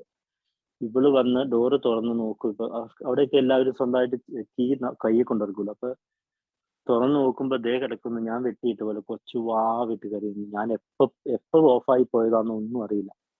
അപ്പോൾ ഞാൻ വീണ്ടും അവളോട് സത്യം ചെയ്തു, ഇനി കുടിക്കുകയില്ല എന്ന് പറഞ്ഞു. വീണ്ടും കുടിക്കുകയില്ല എന്നൊക്കെ പറഞ്ഞ് 6 മാസം കഴിഞ്ഞ് ഞാൻ വീണ്ടും തിരിച്ച് അന്ന് കൊച്ചിന് 8 മാസം ആകുന്നു. 8 മാസമായ കൊച്ചിനെ കൊണ്ട് ഞാൻ മാത്രം സൗദിയിൽ നിന്ന് തിരിച്ചു വരിക. ഞാൻ സൗദിയിൽ നിന്ന് തിരിച്ചു വന്നു കഴിഞ്ഞപ്പം നേരെ ഞാൻ ഡ്യൂട്ടി ഫ്രീ ചെന്നിട്ട് കൊച്ചിന് കൊടുക്കുന്നേക്കാൾ ഇമ്പോർട്ടൻസിലാണ് ഞാൻ 2 കുപ്പിയും പിടിച്ചുകൊണ്ട് ഇറങ്ങിയത്. അതിപ്പോഴും ഞാൻ ഓർക്കുന്നുണ്ട്. കാര്യം 2 സൈഡിലും കൊച്ചിന് എന്നെ നെഞ്ചത്ത് കെട്ടിയിട്ടേക്കുന്നു, 2 കയ്യിലും ഓരോ കുപ്പിയായിട്ട് ഇറങ്ങി വന്ന് വീടെത്തി ഞാൻ കൊച്ചിനെ എയർപോർട്ടിൽ നിന്ന് ഇറങ്ങി പുറത്തിറങ്ങിയിട്ട് അമ്മയുടെ ഈ കൊച്ചിനെ കൊടുത്തു. എനിക്ക് ഏതാണ്ട് വലിയ ഭാരമായിട്ടുണ്ടായിരുന്ന സാധനം തിരിച്ചേൽപ്പിച്ചതുപോലെ കൊച്ചിനെ കൊടുത്തു. ഏപ്രിൽ മാസം 3-ാം തീയതി 4-ാം തീയതി ഒന്നുണ്ടായിരുന്നു ഞാൻ ഇറങ്ങുന്നത്.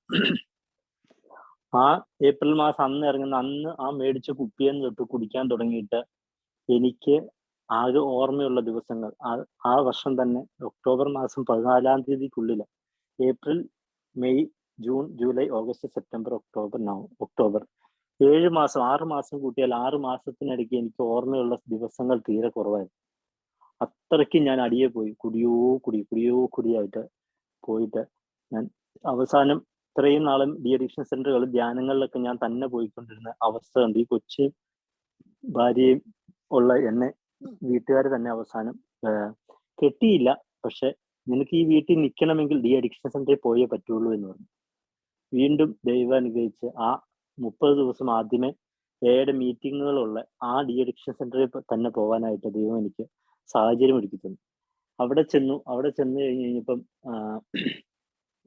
ഞാൻ നോക്കിയപ്പോ കുറച്ചു പേര് ഒരു സൈഡിൽ കൂടിയിരുന്ന് കുറ്റം പറയുന്നുണ്ട്. ഇതായത് എന്നാ പറയുന്നത്, ഈ വന്നവരുടെ ഇൻവെന്ററി എടുക്കുന്നു, അല്ലെങ്കിൽ പഴയ പോകുന്ന കാക്കയുടെ കുറ്റം പറഞ്ഞിരിക്കുന്നു.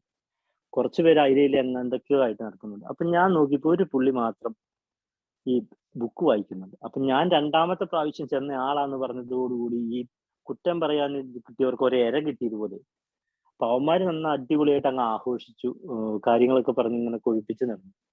ഈ ബുക്ക് വായിക്കുന്ന ആളെ മാത്രം എനിക്ക് എന്തോ ഒരു ഇത് കിട്ടി. അപ്പൊ ഈ ബിഗ് ബുക്ക് ഞാൻ കേട്ടിട്ടേ ഉള്ളൂ. എന്നാ പിന്നെ എന്തായാലും ഇനിയിപ്പം വീട്ടിൽ നിന്ന് ഏകദേശം പിടിച്ചു കെട്ടിയ പോലെയാണല്ലോ കൊണ്ടുവന്നത്.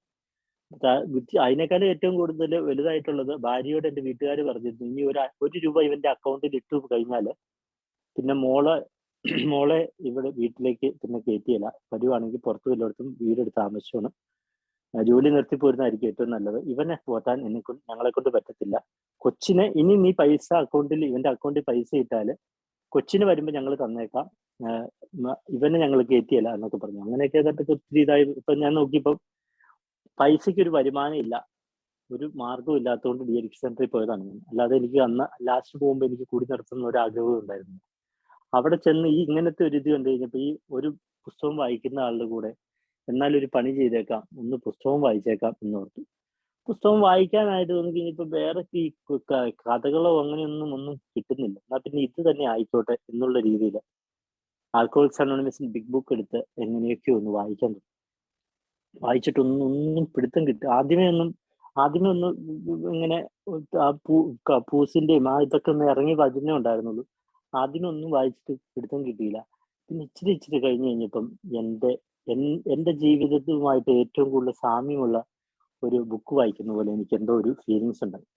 ഞാൻ ആദ്യമായിട്ട് അങ്ങനെ ഒരു ബുക്ക് എൻ്റെ ജീവിതത്തിൽ വായിച്ചു എന്ന് എനിക്ക് തോന്നുന്നു. അപ്പോൾ അങ്ങനെ ആ ബിഗ് ബുക്ക് വായിച്ചു കഴിഞ്ഞപ്പോൾ എനിക്ക് കാര്യം മനസ്സിലായി. മദ്യപാനം എന്നത് ഒരു രോഗമാണ്. ഇതിനിപ്പോ ചികിത്സയായിട്ടൊന്നും ഇതുവരെ ആരും കണ്ടുപിടിച്ചിട്ടില്ല. ഇതിൻ്റെ അകത്ത് പറയുന്ന കഥകളൊക്കെ ആയിട്ട് എനിക്കൊരു കുറച്ചൊക്കെ പാശ്ചാത്യ രാജ്യത്ത് സംഭവിച്ചത് ആണെന്നൊക്കെ ഉള്ളൂ. പക്ഷെ എന്നാലും എനിക്കുള്ള എല്ലാ പ്രശ്നങ്ങളും ഉള്ളതാണ് എന്നുള്ളത് എനിക്ക് മനസ്സിലായി. പിന്നെ ഇതൊരു രോഗമാണെന്നൊക്കെ ആദ്യമൊക്കെ അങ്ങ് വായിച്ചൊക്കെ വിട്ടു. പിന്നെയും പല ഷെയറിങ്ങുകളും അവിടെ വന്നു കഴിഞ്ഞപ്പോൾ ഇങ്ങനെയൊക്കെ രോഗമാണെന്നൊക്കെ പറഞ്ഞ് അങ്ങനെയൊക്കെ ഞാൻ കേട്ടു.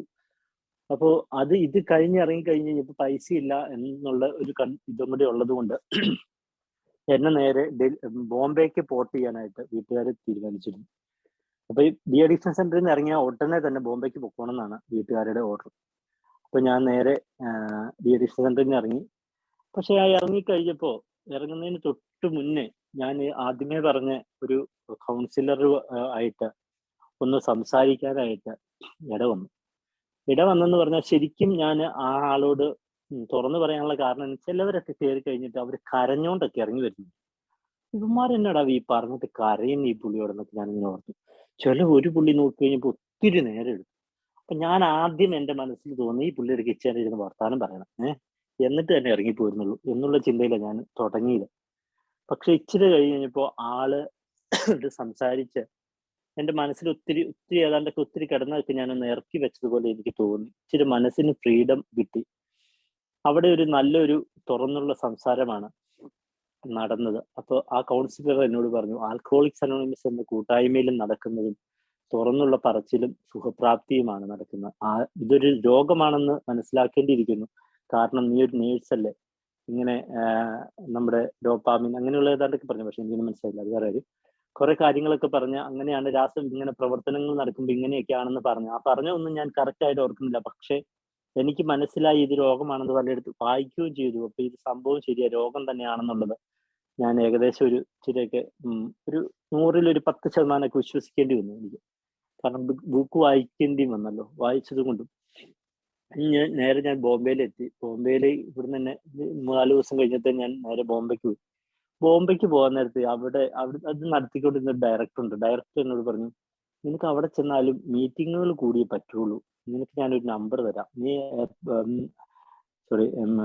അവിടെ ട്രെയിൻ ഇറങ്ങി കഴിയുമ്പോൾ ആ ആളെ ഒന്ന് വിളിക്കാൻ പറഞ്ഞു. പക്ഷെ ട്രെയിൻ ഇറങ്ങുന്നതിന് മുമ്പ് തന്നെ ഞാൻ ആ ഒരു വ്യക്തിയെ ഞാൻ വിളിച്ചു. വ്യക്തിയുടെ പേര് പറയുന്നത് നിങ്ങൾ അറിയുമെന്ന് എനിക്കറിയില്ല, കുറെ പേരൊക്കെ അറിയും. ഇവിടെ ഒരു ഗണേഷ് അയ്യർ എന്ന് പറഞ്ഞിട്ട് ബോംബെയിലെ നമ്മൾ മരിച്ചുപോയ പൂങ്കുന്നം തൃശ്ശൂരുള്ള ഗണേഷ് അയ്യർ സാറല്ല, വേറൊരു ഗണേഷ് അയ്യർ എന്ന് പറഞ്ഞ ആളെ ഞാൻ വിളിച്ചു. അപ്പൊ എന്നോട് ചോദിച്ചു എവിടെയാ താമസിക്കുന്നതെന്ന് അറിയാവുന്നു. ഞാൻ പറഞ്ഞു ഇന്ന ഹോസ്പിറ്റലാണ് ഞാൻ ജോലിക്ക് പോകുന്നത്, അത് അത്രയാണ് എനിക്ക് അറിയാവുന്നത്. ഓക്കെ, ഇന്ന സ്ഥലം. അവിടെ ചെന്ന് കഴിയുമ്പോൾ ഒന്നുകൂടെ ആ സ്ഥലം ഒന്ന് കൺഫേം ചെയ്ത് പറയാമെന്ന് ചോദിച്ചു. ഞാൻ പറഞ്ഞു പറയാമെന്ന് പറഞ്ഞു. അവിടെ ചെന്ന് ഞാൻ കൺഫേം ചെയ്തൊക്കെ പറഞ്ഞു. ചെന്ന് പറഞ്ഞു കഴിഞ്ഞത് കുറച്ചു നേരം കഴിഞ്ഞപ്പം എനിക്കൊരു ഇംഗ്ലീഷിലൊരു കോളൊക്കെ വന്നു. ഇംഗ്ലീഷാണ് പുള്ളി സംസാരിക്കുന്നത്. അപ്പൊ ഞാൻ നോക്കി കഴിഞ്ഞപ്പോൾ ഇവരുടെയൊക്കെ ആദ്യമായിട്ട് എന്നാണല്ലോ ഇവരുടെ മുമ്പിൽ ജാടയെ കാണിച്ചേക്കാം എന്നൊക്കെ ഉള്ള രീതിയിൽ സെമിനാരിൽ പോയതുകൊണ്ട് ഇച്ചിരി മുറി ഇംഗ്ലീഷൊക്കെ അറിയായിരുന്നു. അതൊക്കെ വെച്ച് ഇംഗ്ലീഷിൽ ഇവർ സംസാരിച്ചു കഴിഞ്ഞപ്പോൾ പറഞ്ഞു വളരെ നല്ലൊരു ആകർഷിക്കുന്ന രീതിയിലാണ് സംസാരിച്ചത്. എന്നിട്ട് എന്നോട് പറഞ്ഞു ഇന്ന സമയമാകുമ്പം മെയിൻ ഗേറ്റിന്റെ ഇടയ്ക്ക് കണ്ടാക്കാമെന്ന് ചോദിച്ചു. മെയിൻ ഗേറ്റ് എൻ്റെ അവിടെ ചെന്ന് ഇന്ന സമയത്ത് ചെന്ന് നിന്നു. 2 പേര് വന്നു. ഒന്ന് ഇവിടെ ഫെലിക്സ് എന്ന് പറഞ്ഞിട്ട് ഒരു ഇന്നാള് നമ്മുടെ എറണാകുളം ഇന്ത്യൻ ഗ്രൂപ്പിന്റെ അകത്ത് പുള്ളിയുടെ 30-ാം വർഷത്തെ ടോക്കൺ സ്വീകരണം ഉണ്ടായിരുന്നു. ഒരു 1.5 മാസം കണ്ടായിട്ടുള്ളൂ. ഈ ഫെലിക്സ് എന്ന് പറഞ്ഞ ഒരു അങ്കിളും ഒരു സേവിയർ എന്ന് പറഞ്ഞ പുള്ളിയോട് വന്നിട്ട് എന്നെ ഇംഗ്ലീഷൊക്കെയാ ഇവരങ്ങോട്ടും അവർ രണ്ടുപേരും ആംഗ്ലോ ഇന്ത്യൻസ്. അവർ ഇംഗ്ലീഷൊക്കെ പറഞ്ഞ എന്നോട് കാര്യങ്ങൾ ചോദിച്ചു. പ്രത്യേകിച്ച് ഒന്നും മദ്യത്തെ കുറിച്ച് ഒരു കാര്യവും ചോദിച്ചില്ല, എന്റെ പേഴ്സണൽ ഒരു കാര്യവും ചോദിച്ചില്ല. എന്നോട് എങ്ങനെയുണ്ടായിരുന്നു യാത്ര, അങ്ങനെയൊക്കെയുള്ള വെറും ഒരു ഫോർമൽ ആയിട്ടുള്ള രീതിയിൽ സംസാരിച്ച് ഞാൻ ആദ്യത്തെ മീറ്റിങ്ങിന് തന്നെ ബോംബെയിൽ കൊണ്ടുപോയി. ആദ്യത്തെ മീറ്റിംഗ് ബോംബെ ചെന്ന് കഴിഞ്ഞപ്പം എല്ലാവരും ഇങ്ങനെ വട്ടത്തിലൊക്കെ ഇരുന്ന നല്ല ഇതിനകത്തൊക്കെ സംസാരിച്ചു. ചെന്ന് കഴിഞ്ഞപ്പോൾ എനിക്കൊരു വാം വെൽക്കം കിട്ടി.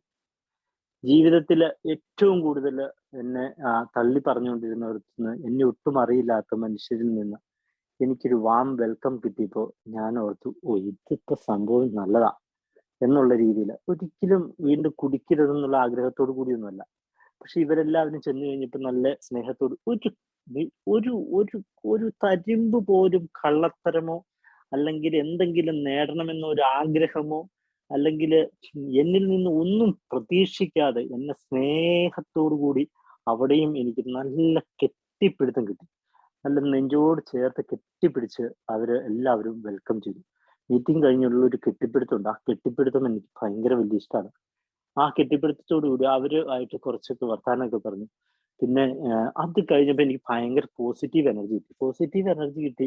അപ്പൊ എന്നോട് ചോദിച്ചു നാളെ മീറ്റിംഗ് ഉണ്ട്, വരുന്നുണ്ടോ എന്ന് ചോദിച്ചു. അപ്പൊ ഞാൻ പറഞ്ഞു നാളെ എനിക്ക് ജോലി തുടങ്ങിയില്ല, ഇന്ന് വന്നേ ഉള്ളൂ, നാളെ ഇന്റർവ്യൂ ആണ്, ഇന്റർവ്യൂ കഴിഞ്ഞ് ഞാൻ വരാമെന്ന് പറഞ്ഞു.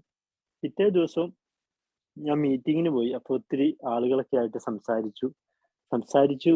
എല്ലാവരുടെയും മുഖത്തൊരു പ്രസാദമുണ്ട്. ഒരു മനുഷ്യരെ കാണുമ്പോൾ അവര് നൽകുന്ന ഒരു പരിഗണനയുണ്ട്. ഒരിക്കലും പരിഗണന കിട്ടാത്തൊരു മനുഷ്യനാണ് ഞാനൊക്കെ.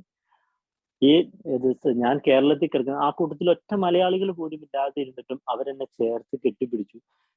അവരുടെ മനസ്സിലെ ഉള്ളിന്റെ ഉള്ളിൽ നിന്ന് ഒരു നല്ല ഒരു ചിരിയൊക്കെ സമ്മാനിച്ചു.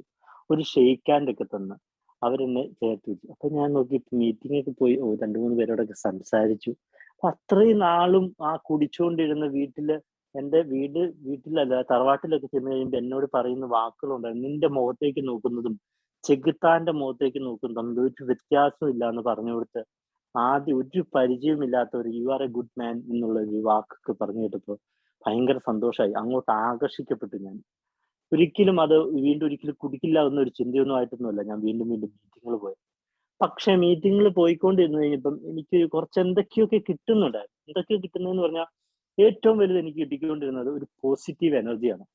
നല്ലത് മാത്രം ചിന്തിക്കാനും നല്ലത് മാത്രം ചെയ്യാനൊക്കെ ഒരു എനർജി കിട്ടി. എന്ന് വെച്ചാൽ മറ്റുള്ളവരെ ദ്രോഹിക്കണം, അവന്റെ കുറ്റം പറയണം എന്നുള്ള ഒരു ചിന്തയെ എനിക്ക് മാറിപ്പോയി. കാരണം പുതിയൊരു സ്ഥലമാണ്, എന്നെ അറിയുന്നവർ അങ്ങനെ ആരും തന്നെയില്ല, എന്നെ മാറ്റി നിർത്തുന്നവരാരുമില്ല, അവഗണിക്കുന്നവരാരുമില്ല. പക്ഷെ ഈ ഒരു കൂട്ടായ്മ ചെന്ന് കഴിഞ്ഞപ്പം ഇവരിൽ നിന്ന് കിട്ടിയ ഒരു സ്നേഹവും കരുതലും അത് എന്നെ വീണ്ടും വീണ്ടും ആൽക്കഹോളിക്സ് അനോണിമസിന്റെ മീറ്റിങ്ങുകളിലേക്ക് എത്തിച്ചുകൊണ്ടിരുന്നു. ആദ്യമേ നല്ല ഉഷാറൊക്കെ ആയിട്ട് ഞാൻ പോയി തുടങ്ങി. പയ്യെ കുറച്ച് കഴിഞ്ഞപ്പം പഴയ പടിയിലേക്ക് വീണ്ടും വീണ്ടും വല്ലപ്പോഴും ഒന്ന് മീറ്റിങ്ങിന് പോകുന്ന അവസ്ഥയിലേക്ക് എത്തി. വീണ്ടും വെറും റീചാർജിങ് പോയിന്റ് മാത്രം ആക്കി മാറ്റി ഞാൻ മീറ്റിങ്ങുകളെ.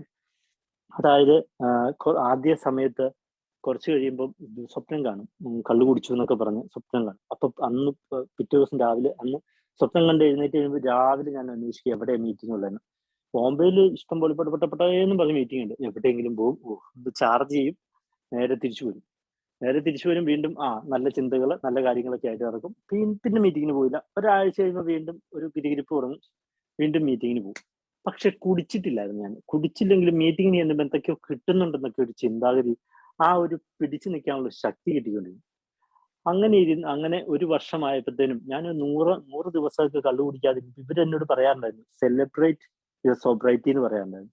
100ാം ദിവസമൊക്കെ ഞാൻ ഈ കാലൊക്കെ പറിച്ച് ഒരു മൈതാനത്തിൽ കൂടെ ഓടിയൊരു ഓട്ടമുണ്ട് എന്റെ ജീവിതത്തിൽ ആദ്യമായിട്ട്. എനിക്ക് ഓർമ്മ വെച്ച് ഞാൻ കള്ളു കുടിക്കാൻ തുടങ്ങിയതിന് മുമ്പ്, അതിനുശേഷം ഡി അഡിക്ഷൻ സെന്ററിൽ കിടന്നപ്പോൾ അല്ലാതെ കുടിക്കാതിരുന്ന് വെറും 12 ദിവസമുള്ളൂ. ആ സ്ഥാനത്ത് നിന്ന് ഞാൻ 100 ദിവസം എത്തിയപ്പോൾ കാല് പറിച്ചോടി ഞാൻ കൈ കൊട്ടി ചിരിച്ചു. അത്രയ്ക്ക് സന്തോഷമായിരുന്നു എനിക്ക്. ഞാനത് ആഘോഷിച്ചു, ഞാൻ സെലിബ്രേറ്റ് ചെയ്തു അത് ശരിക്കും. എന്നും മീറ്റിങ്ങുകളിൽ കുറച്ചൊക്കെ കുറഞ്ഞു പോയിക്കൊണ്ടിരുന്നപ്പോഴും അന്നേരം എനിക്ക് ഇച്ചിരി എന്തോ ദൈവഭക്തിയൊക്കെ കൂടി വന്നു. അപ്പൊ ഞാൻ പോയി പ്രാർത്ഥിക്കുകയൊക്കെ ചെയ്യും. പ്രാർത്ഥിക്കാൻ നേരത്ത് എന്റെ പ്രാർത്ഥനയിൽ അറിയാതെ നമ്മുടെ സെറനിറ്റി പ്രെയർ വന്നു തുടങ്ങി. ആ പ്രെയർ വന്നു തുടങ്ങി. അപ്പോൾ എങ്ങനെ ഞാൻ പിന്നെ 200 ദിവസമാക്കി, 300 ദിവസം ഞാൻ സെലിബ്രേറ്റ് ചെയ്തു. 365 ദിവസം കഴിഞ്ഞപ്പോൾ എനിക്ക് വീണ്ടും പിടിച്ചു നിൽക്കാനൊന്നും സമയമില്ലായിരുന്നു. ഞാൻ പറഞ്ഞു 366ാമത്തെ ദിവസം തന്നെ നമുക്ക് കേക്ക് മുറിക്കാമെന്ന് അവരോട് പറഞ്ഞു. അവര് പറഞ്ഞു, രതീഷ ഇങ്ങനെ അതൊരു വ്യാഴാഴ്ചയാണ്, വെള്ളിയും കഴിഞ്ഞ് ശനിയാഴ്ച നമുക്ക് കേക്ക് മുറിച്ചാൽ മതിയോന്ന് ചോദിച്ചു. എന്നാ അത് മതിയെന്ന് പറഞ്ഞു. അവിടെ ഞാനൊരു ഹോം ഗ്രൂപ്പ് തിരഞ്ഞെടുത്തു. അവിടെ ഞാൻ കേക്ക് മേടിച്ച് മുറിച്ചു. എന്നെ ആദ്യമേ കൈ പിടിച്ചു കൊണ്ടുപോയ ബോംബെയിൽ എന്നെ കൈ പിടിച്ചു കൊണ്ടുപോയ ഫെലിക്സ് എന്ന് പറഞ്ഞ അങ്കിളുടെ കയ്യിൽ നിന്ന് ഞാൻ ടോക്കൺ സ്വീകരിച്ചു. ആ ടോക്കൺ സ്വീകരിച്ചു കഴിഞ്ഞിട്ട് ഞാൻ ശരിക്കും ഒരു പടികളോ ഒന്നും ചെയ്യാൻ തുടങ്ങിയില്ല, ഒരു സ്പോൺസർ എടുത്തില്ല.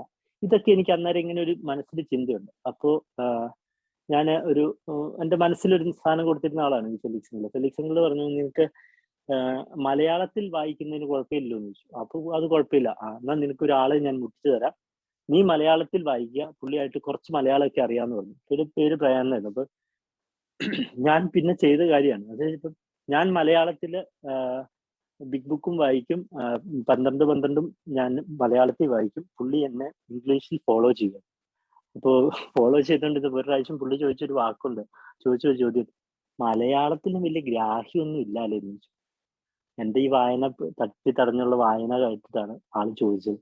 ഞാൻ പറഞ്ഞു ഇല്ല, സത്യസന്ധമായിട്ടും ഇല്ല. ആകെ ജീവിതത്തിൽ മുഴുവൻ വായിച്ചിരിക്കുന്ന ബിഗ് ബുക്കാണ്. പിന്നെ ഇപ്പോഴാണ് ബിഗ് ബുക്ക് വായിക്കുന്നത്. അതിങ്ങനെ ഇന്ന ആളുള്ളത് കൊണ്ട് മാത്രം വായിക്കുന്ന ഒന്നും സാരമില്ല, പോട്ടെ എന്ന് പറഞ്ഞു. നമുക്ക് മുന്നോട്ട് കൊണ്ടുപോകാന്ന് പറഞ്ഞു. അപ്പൊ അങ്ങനെ 1-1.5 വർഷമൊക്കെ ആയപ്പോഴത്തേനും നേരെ ബോംബെയിൽ നിന്ന് വിട്ടു. 1.5 വർഷമൊക്കെ ആയപ്പോഴത്തേനും വൈഫിന് OET കിട്ടി. അപ്പത്തേനും OET കിട്ടി കഴിഞ്ഞപ്പോഴത്തേനും നമുക്ക് എങ്ങനെയെങ്കിലും അവിടുന്ന് ചാടിയാൽ മതി എന്നായി. അന്തേനും എനിക്ക് രണ്ടാമത്തെ കുഞ്ഞുണ്ടായി. അപ്പോൾ നാട്ടിൽ വന്നു കഴിഞ്ഞിട്ട് ആ 2 വർഷം മുമ്പ് ഞാൻ ഏപ്രിലിൽ വന്നതുപോലെ തന്നെയാണ്. 2 വർഷം കഴിഞ്ഞ് ആൽക്കഹോളിക്സ് അനോണിമസ് എത്തി 1.5 വർഷം കഴിഞ്ഞപ്പം ഞാൻ നാട്ടിൽ വന്നു. നാട്ടിൽ വന്നു കഴിഞ്ഞപ്പം എനിക്ക് ഭയങ്കര ഇഷ്ടമായിരുന്നു. എനിക്ക് എങ്ങനെയെങ്കിലും സ്വന്തം മാതൃഭാഷയിൽ ഷെയർ ചെയ്യണം എന്നുള്ള രീതിയിൽ ഞാൻ കുറേ മീറ്റിങ്ങുകൾക്ക് പോയി. ഈ മീറ്റിങ്ങുകളിൽ ചെല്ലുമ്പോഴും എൻ്റെ മനസ്സിൽ ഏറ്റവും കൂടുതൽ ഞാൻ പ്രാധാന്യം കൊടുത്തുകൊണ്ടിരുന്ന ഒരു കാര്യമുണ്ട്. ഈ പഴമക്കാരുടെ മുഖത്ത് കാണുന്ന ഒരു പ്രസാദം, സൂര്യൻ ഉദിച്ച് നിൽക്കുന്ന പോലെയാണ് ചിലവരുടെ മുഖത്ത് നോക്കിയാൽ നമ്മൾ സംസാരിക്കുന്നത്. അത്രയ്ക്ക് പ്രസന്നതയാണ്. ആ പ്രസന്നത എവിടുന്ന് കിട്ടുന്നു എന്നുള്ളത് ഞാനിങ്ങനെ നേരത്തെ അന്വേഷിക്കുമായിരുന്നു. പക്ഷെ നാട്ടിൽ വന്നു കഴിഞ്ഞപ്പം സ്വന്തം മാതൃഭാഷയിൽ തുറന്നു ചോദിച്ചു പലരോടും. ചോദിച്ചു, ചേട്ടാ ഞാനൊരു കാര്യം ചോദിക്കട്ടെ, ഈ മീറ്റിംഗ് കഴിഞ്ഞിട്ട് ഇവരിങ്ങനെ പൊട്ടിച്ചിരിക്കുന്നുണ്ട്, വിചാരിച്ചു എങ്ങനെ ഇങ്ങനെ സാധിക്കുന്നു എന്ന് ചോദിച്ചു. അവർ പറഞ്ഞു, ആൽക്കഹോളിക്സ് അനോണിമസ് ഒരു ജീവിത രീതിയാണ്, കുടി നിർത്തുന്ന പരിപാടിയല്ല, ജീവിത രീതിയാണ്. ആ ജീവിത രീതിയിൽ പടിയിൽ കൂടിയും പാരമ്പര്യങ്ങൾ അനുസരിച്ച് ജീവിക്കുവാണെങ്കിൽ നിനക്ക് ഇതിനെ പാതി വഴി എത്തുന്നതിന് മുമ്പ് അത്ഭുത പരതന്ത്രമാവുന്ന നമ്മളോട് വാഗ്ദാനങ്ങളിൽ പറയുന്നു. അതേപോലെ തന്നെ പറഞ്ഞു, നീ ചെയ്തൊന്ന് ശ്രമിച്ചു നോക്ക്, നീ ഒരു സ്പോൺസറെ കണ്ടെത്തിയെന്ന്. ഞാൻ പറഞ്ഞു, ബോംബെയിൽ വെച്ച് ഞാനിങ്ങനെ മലയാളത്തിൽ വായിക്കും, പുള്ളി ഇംഗ്ലീഷിൽ ഫോളോ ചെയ്യും. അത് സ്പോൺസർ അല്ലല്ലോ, നിനക്ക് എന്തെങ്കിലും കാര്യങ്ങളൊക്കെ ഷെയർ ചെയ്യാൻ പറ്റുന്ന രീതിയിൽ നിനക്ക് ഏറ്റവും നല്ല ലാംഗ്വേജ് നിനക്ക് നന്നായിട്ട് തോന്നുന്ന ഒരു മലയാളിയെ ഒത്തു മുന്നോട്ട് പോകാനാണ് നീ ആഗ്രഹിക്കുന്നതെങ്കിൽ, നീ മാതൃഭാഷയ്ക്ക് അത്രയും പ്രാധാന്യം കൊടുക്കുന്നുണ്ട് എങ്കിൽ എന്തുകൊണ്ട് നിനക്ക് മലയാളത്തിന്റെ പഴമക്കാരായിട്ടുള്ള ഒരാളെ സ്പോൺസറായി കണ്ടെത്തിക്കൂടാന്ന് ചോദിച്ചു. അപ്പൊ ഞാൻ ചോദിച്ചു, എനിക്ക് ഏറ്റവും കൂടുതൽ എനിക്ക് ഏറ്റവും ഇഷ്ടപ്പെട്ട ചിരികളിൽ ഒരു ഇഷ്ടപ്പെട്ട ചിരിയുള്ള ഒരാളോട് എനിക്ക് എന്നാൽ അതിൽ പറ്റിയ 2-3 നമ്പർ തരാമെന്ന് ചോദിച്ചു. എനിക്ക് 2-3 നമ്പേഴ്സ് തന്നു. നീ ഒന്ന് വിളിച്ചു നോക്ക്, എന്നിട്ട് സംസാരിച്ചു നോക്കുന്നൊക്കെ പറഞ്ഞു. ഞാൻ ഇവിടെ ബോംബെയിൽ ചെയ്ത 1-2 പേരെയൊക്കെ വിളിച്ചു. പിന്നെ ഞാൻ പയ്യെ നൈസായിട്ട് ഒഴിവാക്കി. പിന്നെ ഇപ്പം നിലവിലുള്ള ഒരു സ്പോൺസർ ഉണ്ട്. ആ സ്പോൺസറുമായിട്ട് സംസാരിക്കാനൊക്കെ തുടങ്ങി. ഇച്ചിരി കഴിഞ്ഞിട്ട് ഞാൻ പയ്യെ പരിപാടി വിട്ടു. നമ്മള് മടി എന്ന് പറഞ്ഞാൽ ഭൂലോകം മടിയനാണ്. അത് കഴിഞ്ഞ് നേരെ എത്തപ്പെടുന്ന സ്ഥലമാണ് ഇപ്പം ഞാൻ താമസിക്കുന്നത്. ഇവിടെ എത്തിക്കഴിഞ്ഞപ്പോഴാണ് കൊറോണ വന്നു കഴിഞ്ഞപ്പം ഓൺലൈൻ പ്ലാറ്റ്ഫോം മാത്രമേ ആശ്രയമുള്ളൂ എന്നൊരു അവസ്ഥയിലെത്തി ഞാൻ. ആ അവസ്ഥയിൽ എത്തിക്കഴിഞ്ഞപ്പോൾ മീറ്റിങ്ങുകളുടെ എണ്ണം ഇഷ്ടംപോലെ കൂട്ടാൻ പറ്റി. കാരണം അന്ന് വൈഫ് ഡ്യൂട്ടിക്ക് പോകുമ്പോൾ ഞാൻ തന്നെയാണ് വീട്ടിലുള്ളത്. അപ്പൊ രണ്ട് മക്കൾ നോക്കണമെന്നുണ്ടെങ്കിലും നമുക്ക് നല്ല സുഖമാണ്, ഒത്തിരി സമയം കിട്ടുന്നുണ്ടായിരുന്നു. മീറ്റിങ്ങുകളുടെ എണ്ണം കൂട്ടി കഴിഞ്ഞപ്പം എനിക്കൊരു കാര്യം മനസ്സിലായി. എല്ലാവരും പറയുന്ന ഒരേ ഒരു കാര്യമാണ്, പടികളിൽ കൂടി സഞ്ചരിക്കുക, സ്പോൺസറുമായിട്ട് ഇരുന്ന് വർക്ക് ചെയ്യുക. ഇപ്പൊ അവസാനം പറയാറുള്ളൂ വാക്കില്ലേ, ഇഫ് യു വർക്ക് ഇറ്റ് എന്ന് മാത്രമേ പറയാറുള്ളൂ. It works if you work it എന്ന് പറയുന്നില്ലേ, അത് നീ ഒന്ന് ചിന്തിച്ചു നോക്ക് എന്നൊക്കെ പറഞ്ഞു. അങ്ങനെ ഞാൻ വീണ്ടും എൻ്റെ സ്പോൺസറിലേക്ക് വീണ്ടും തിരിച്ചെത്തി ഞാൻ ഫോൺ വിളിയൊക്കെ കൂട്ടി കഴിഞ്ഞ് കഴിഞ്ഞപ്പോൾ പയ്യെ ഒരു അതിൻ്റെതായ ഒരു സുഖത്തിലൊക്കെ എത്തി. അത്രയും എല്ലാവരും ഉള്ള സുഖമല്ല ഞാൻ ഉദ്ദേശിച്ചത്, എന്നാലും ആ ഒരു വിഷമങ്ങളൊക്കെ മനസ്സിൽ നിന്ന് മാറി നിൽക്കുന്ന ഒരു അവസ്ഥയിലേക്ക് എത്തി. ആദ്യ പടി തന്നെ ഏകദേശം ഒരു ഇച്ചിരിയൊക്കെ എത്തി. 2-ാം പടി 3-ാം പടിയൊക്കെ ആയപ്പോഴത്തേക്ക് 3-ാം പടി വിട്ടുകൊടുക്കാറൊക്കെ ഉണ്ടോ എന്നൊക്കെ ചോദിച്ചു. എവിടുന്ന് വിട്ടുകൊടുക്കും, നമ്മൾ തന്നെ ചെയ്യുമായിരുന്നു. ദൈവത്തിന് വിട്ടുകൊടുക്കും ഞാൻ മനസ്സുകൊണ്ട് പറയുമായിരുന്നു. അപ്പോ പഴമക്കാർ പറയാറില്ല, ഫേക്ക് ഇറ്റ് മേക്ക് ഇറ്റ് എന്നുള്ള വാക്ക് ഞാൻ എൻ്റെ ജീവിതത്തിലേക്ക് കുറച്ചുകൂടി എടുത്തു കൊടുക്കുന്നു. അതായത് ദൈവത്തിന് വിട്ടുകൊടുക്കുവാണെന്ന് തന്നെ പറഞ്ഞുകൊണ്ടിരുന്നു. കുറേ പ്രാവശ്യം പറഞ്ഞു. അതിനുവേണ്ടി ഞാൻ ഒത്തിരി പ്രാർത്ഥിക്കുകയും ചെയ്തു. വിട്ടുകൊടുത്തേ പറ്റുള്ളൂ, ഇത് ദൈവം എടുത്തേ പറ്റുള്ളൂ എന്നുള്ള രീതിയിൽ ഞാൻ ചെയ്യാൻ തുടങ്ങിയപ്പോൾ ഒത്തിരി കാര്യങ്ങൾ എനിക്ക് എൻ്റെ പ്രശ്നങ്ങൾ, അതായത് ഞാൻ ഈ വിട്ടുകൊടുക്കാതെ എന്നിൽ പിടിച്ചു വെച്ചുകൊണ്ടിരുന്ന ഒത്തിരി കാര്യങ്ങളുണ്ട്. ആദ്യമേ പറഞ്ഞു തുടങ്ങിയ എൻ്റെ വല്യപ്പനും അപ്പൻ്റെ അനിയന്മാർ തൊട്ടുള്ള കാര്യങ്ങൾ, പിന്നെ ചേട്ടൻ്റെ കുടി, ഇതൊക്കെ ആയിരുന്നു എന്നെ ഒത്തിരി അലട്ടിക്കൊണ്ടിരുന്ന ഒരു കാര്യമാണ്. അപ്പൊ അതൊക്കെ എനിക്കിപ്പം വിട്ടുകൊടുക്കാനായിട്ട് സാധിച്ചു. അത് കഴിഞ്ഞ് പതിയെ 4-ാം പടിയിലേക്കൊക്കെ എത്തിക്കഴിഞ്ഞപ്പം എഴുതാൻ തുടങ്ങിയപ്പോൾ ശരിക്കും എനിക്ക് പേടിച്ച് ഞാൻ ഇച്ചിരിയൊക്കെ എഴുതി, പിന്നെ മറച്ചു വെക്കും, മുറിച്ച് ഭാഗത്ത് വെക്കും, ഹോസ്പിറ്റലിൽ കൊണ്ടുപോയി പൂട്ടി വെക്കും ബുക്ക്. എഴുതാനൊക്കെ കുറേ പ്രാവശ്യങ്ങൾ ഇങ്ങനെ മുന്നോട്ടും പോയി. എൻ്റെ മടി, എൻ്റെ അലസത എന്നെ ഒട്ടും സമ്മതിച്ചിരുന്നില്ല. അപ്പൊ ഞാന് ലാസ്റ്റ് ആയപ്പോ പുള്ളിയോട് തന്നെ പറഞ്ഞു, ഞാൻ വിശ്വസിക്കുന്ന ദൈവത്തോട് തന്നെ പറഞ്ഞു, ഇതും കൂടെ എഴുതി തീർക്കണം, അത് ആ പുള്ളിക്ക് തന്നെ വിട്ടു തരുക, നിങ്ങൾക്ക് തന്നെ വിട്ടു തരുക, ഇതോടെ ചെയ്ത് തീർക്കണം, അല്ലെങ്കിൽ പണിയാണ്, എന്നിട്ട് അതെന്നെ ഒന്ന് പറയാനും കൂടെ സഹായിക്കണം എന്നൊക്കെ തന്നെ പുള്ളിയോട് തന്നെ പറഞ്ഞു. പുള്ളിയോട് തന്നെ പറഞ്ഞ് പുള്ളി തന്നെ ഹെൽപ്പ് ചെയ്തു. എഴുതി കഴിഞ്ഞ് കഴിഞ്ഞപ്പം പേടിയൊക്കെ ആയിരുന്നു. ഇത് മുഴുവനും അങ്ങനെയാണ് സ്പോൺസറാന്ന് പറഞ്ഞാലും എങ്ങനെയാണ് പറയുന്നത് എന്നുള്ളതൊക്കെ ഒരു പേടിയായിരുന്നു. അപ്പൊ ഞാനീ പറയാൻ തുടങ്ങി കഴിഞ്ഞപ്പം ഞാൻ ഇവിടെ ഇരുന്നിട്ട് ഫോണിൽ വിളിച്ചാണ് പറയുന്നത്. ഇത് പരിധി കൂട്ടിലൊന്നും ഇരിക്കാനൊന്നും പറ്റത്തില്ല. നമ്മളാണെങ്കിൽ വീട്ടിൽ നിന്ന് ഒത്തിരി ഒരു പരിധി കൂടുതലൊന്നും ഇരിക്കാനൊന്നും പറ്റത്തില്ല. അപ്പോ ഞാൻ വലിയ പാർക്കിലൊക്കെ പോയിരുന്നൊക്കെയാണ് പറയുന്നത്. പക്ഷെ പറഞ്ഞുകൊണ്ടിരുന്നപ്പം ആള് ഞാൻ ഇച്ചിരി മുമ്പ് ഇവരോട് പറഞ്ഞതാണത്. ഇവിടെയുള്ള 1-2 സഹോദരന്മാരോട് പറഞ്ഞു, വായിച്ചു കഴിഞ്ഞത് എന്റെ സ്പോൺസർ പറഞ്ഞു, രതീഷേ അത് സൂക്ഷിച്ചൊന്നും വെക്കണ്ട, നീ അതങ്ങ് കീറി കളഞ്ഞേക്കുന്ന ആദ്യം തന്നെ, എന്നിട്ട് അന്നേരം തന്നെ സ്പോൺസർ കീറി കളഞ്ഞാൽ പോരാ, നീ അതങ്ങ് കത്തിച്ച് കളഞ്ഞേക്കാൻ പറഞ്ഞു. അപ്പൊ പക്ഷെ അത് ചെയ്ത് കഴിഞ്ഞിട്ട് വരുമ്പം അതൊക്കെ ചെയ്യുമ്പോൾ കിട്ടുന്ന ഒരു മനസ്സിന്റെ ഒരു സന്തോഷമുണ്ട്. അതായത് ഞാൻ എവിടെ കുപ്പത്തെട്ടിയിൽ കിടന്ന ഞാൻ രതീഷ് എന്ന് എനിക്ക് ഇപ്പൊ ദൈവത്തിന്റെ അനുഗ്രഹം കൊണ്ട് വീട്ടിൽ ഞാൻ ഈ പറഞ്ഞ പോലെ ചെറിയ ബഹളവും ഇച്ചിരി ഒരു ദേഷ്യപ്പെട്ടലും ഒക്കെ ഉണ്ടെങ്കിലും പ്രയത്നിച്ചാല് അല്ലെങ്കിൽ ട്രൈ ചെയ്താല് നന്നായിട്ട് ജീവിക്കാൻ ശ്രമിച്ചാല് ഒരു ബാഹ്യശക്തിയും എന്നുവെച്ചാൽ ഞാൻ ഉദ്ദേശിച്ചത് ആൽക്കഹോളിക്സ് അനോണിമസിന്റെ ജീവിത രീതിയിൽ കൂടി നടന്നു പോകാനായിട്ട് ശ്രമിച്ചാല് ഉള്ളിന്റെ ഉള്ളിൽ ആഗ്രഹം ഉണ്ടെങ്കിൽ, അതാണ് ആദ്യത്തെ ഇത് പറയുന്നത്, മദ്യാസക്തി നിർത്തണമെന്ന ആഗ്രഹം മാത്രമാണ് AL ചേരുവാനുള്ള ഒരേ ഒരു യോഗ്യത. ആ ഒരു യോഗ്യത മാത്രമേ എനിക്കുള്ളൂ എന്ന് അന്നും ഇന്നും ഞാൻ വിശ്വസിക്കുന്നവനാണ്. ഇത് മദ്യപാനം നിർത്തണമെന്ന ആഗ്രഹം ഒത്തിരി നാളുകളായിട്ടുണ്ടായിരുന്നു. അപ്പോൾ അതിനു വേണ്ടിയിട്ട് തന്നെ വർക്ക് ചെയ്തു. ആ ഒരു ആഗ്രഹത്തോടു കൂടി തന്നെ ഇന്നും മുന്നോട്ട് പോവുകയാണ്.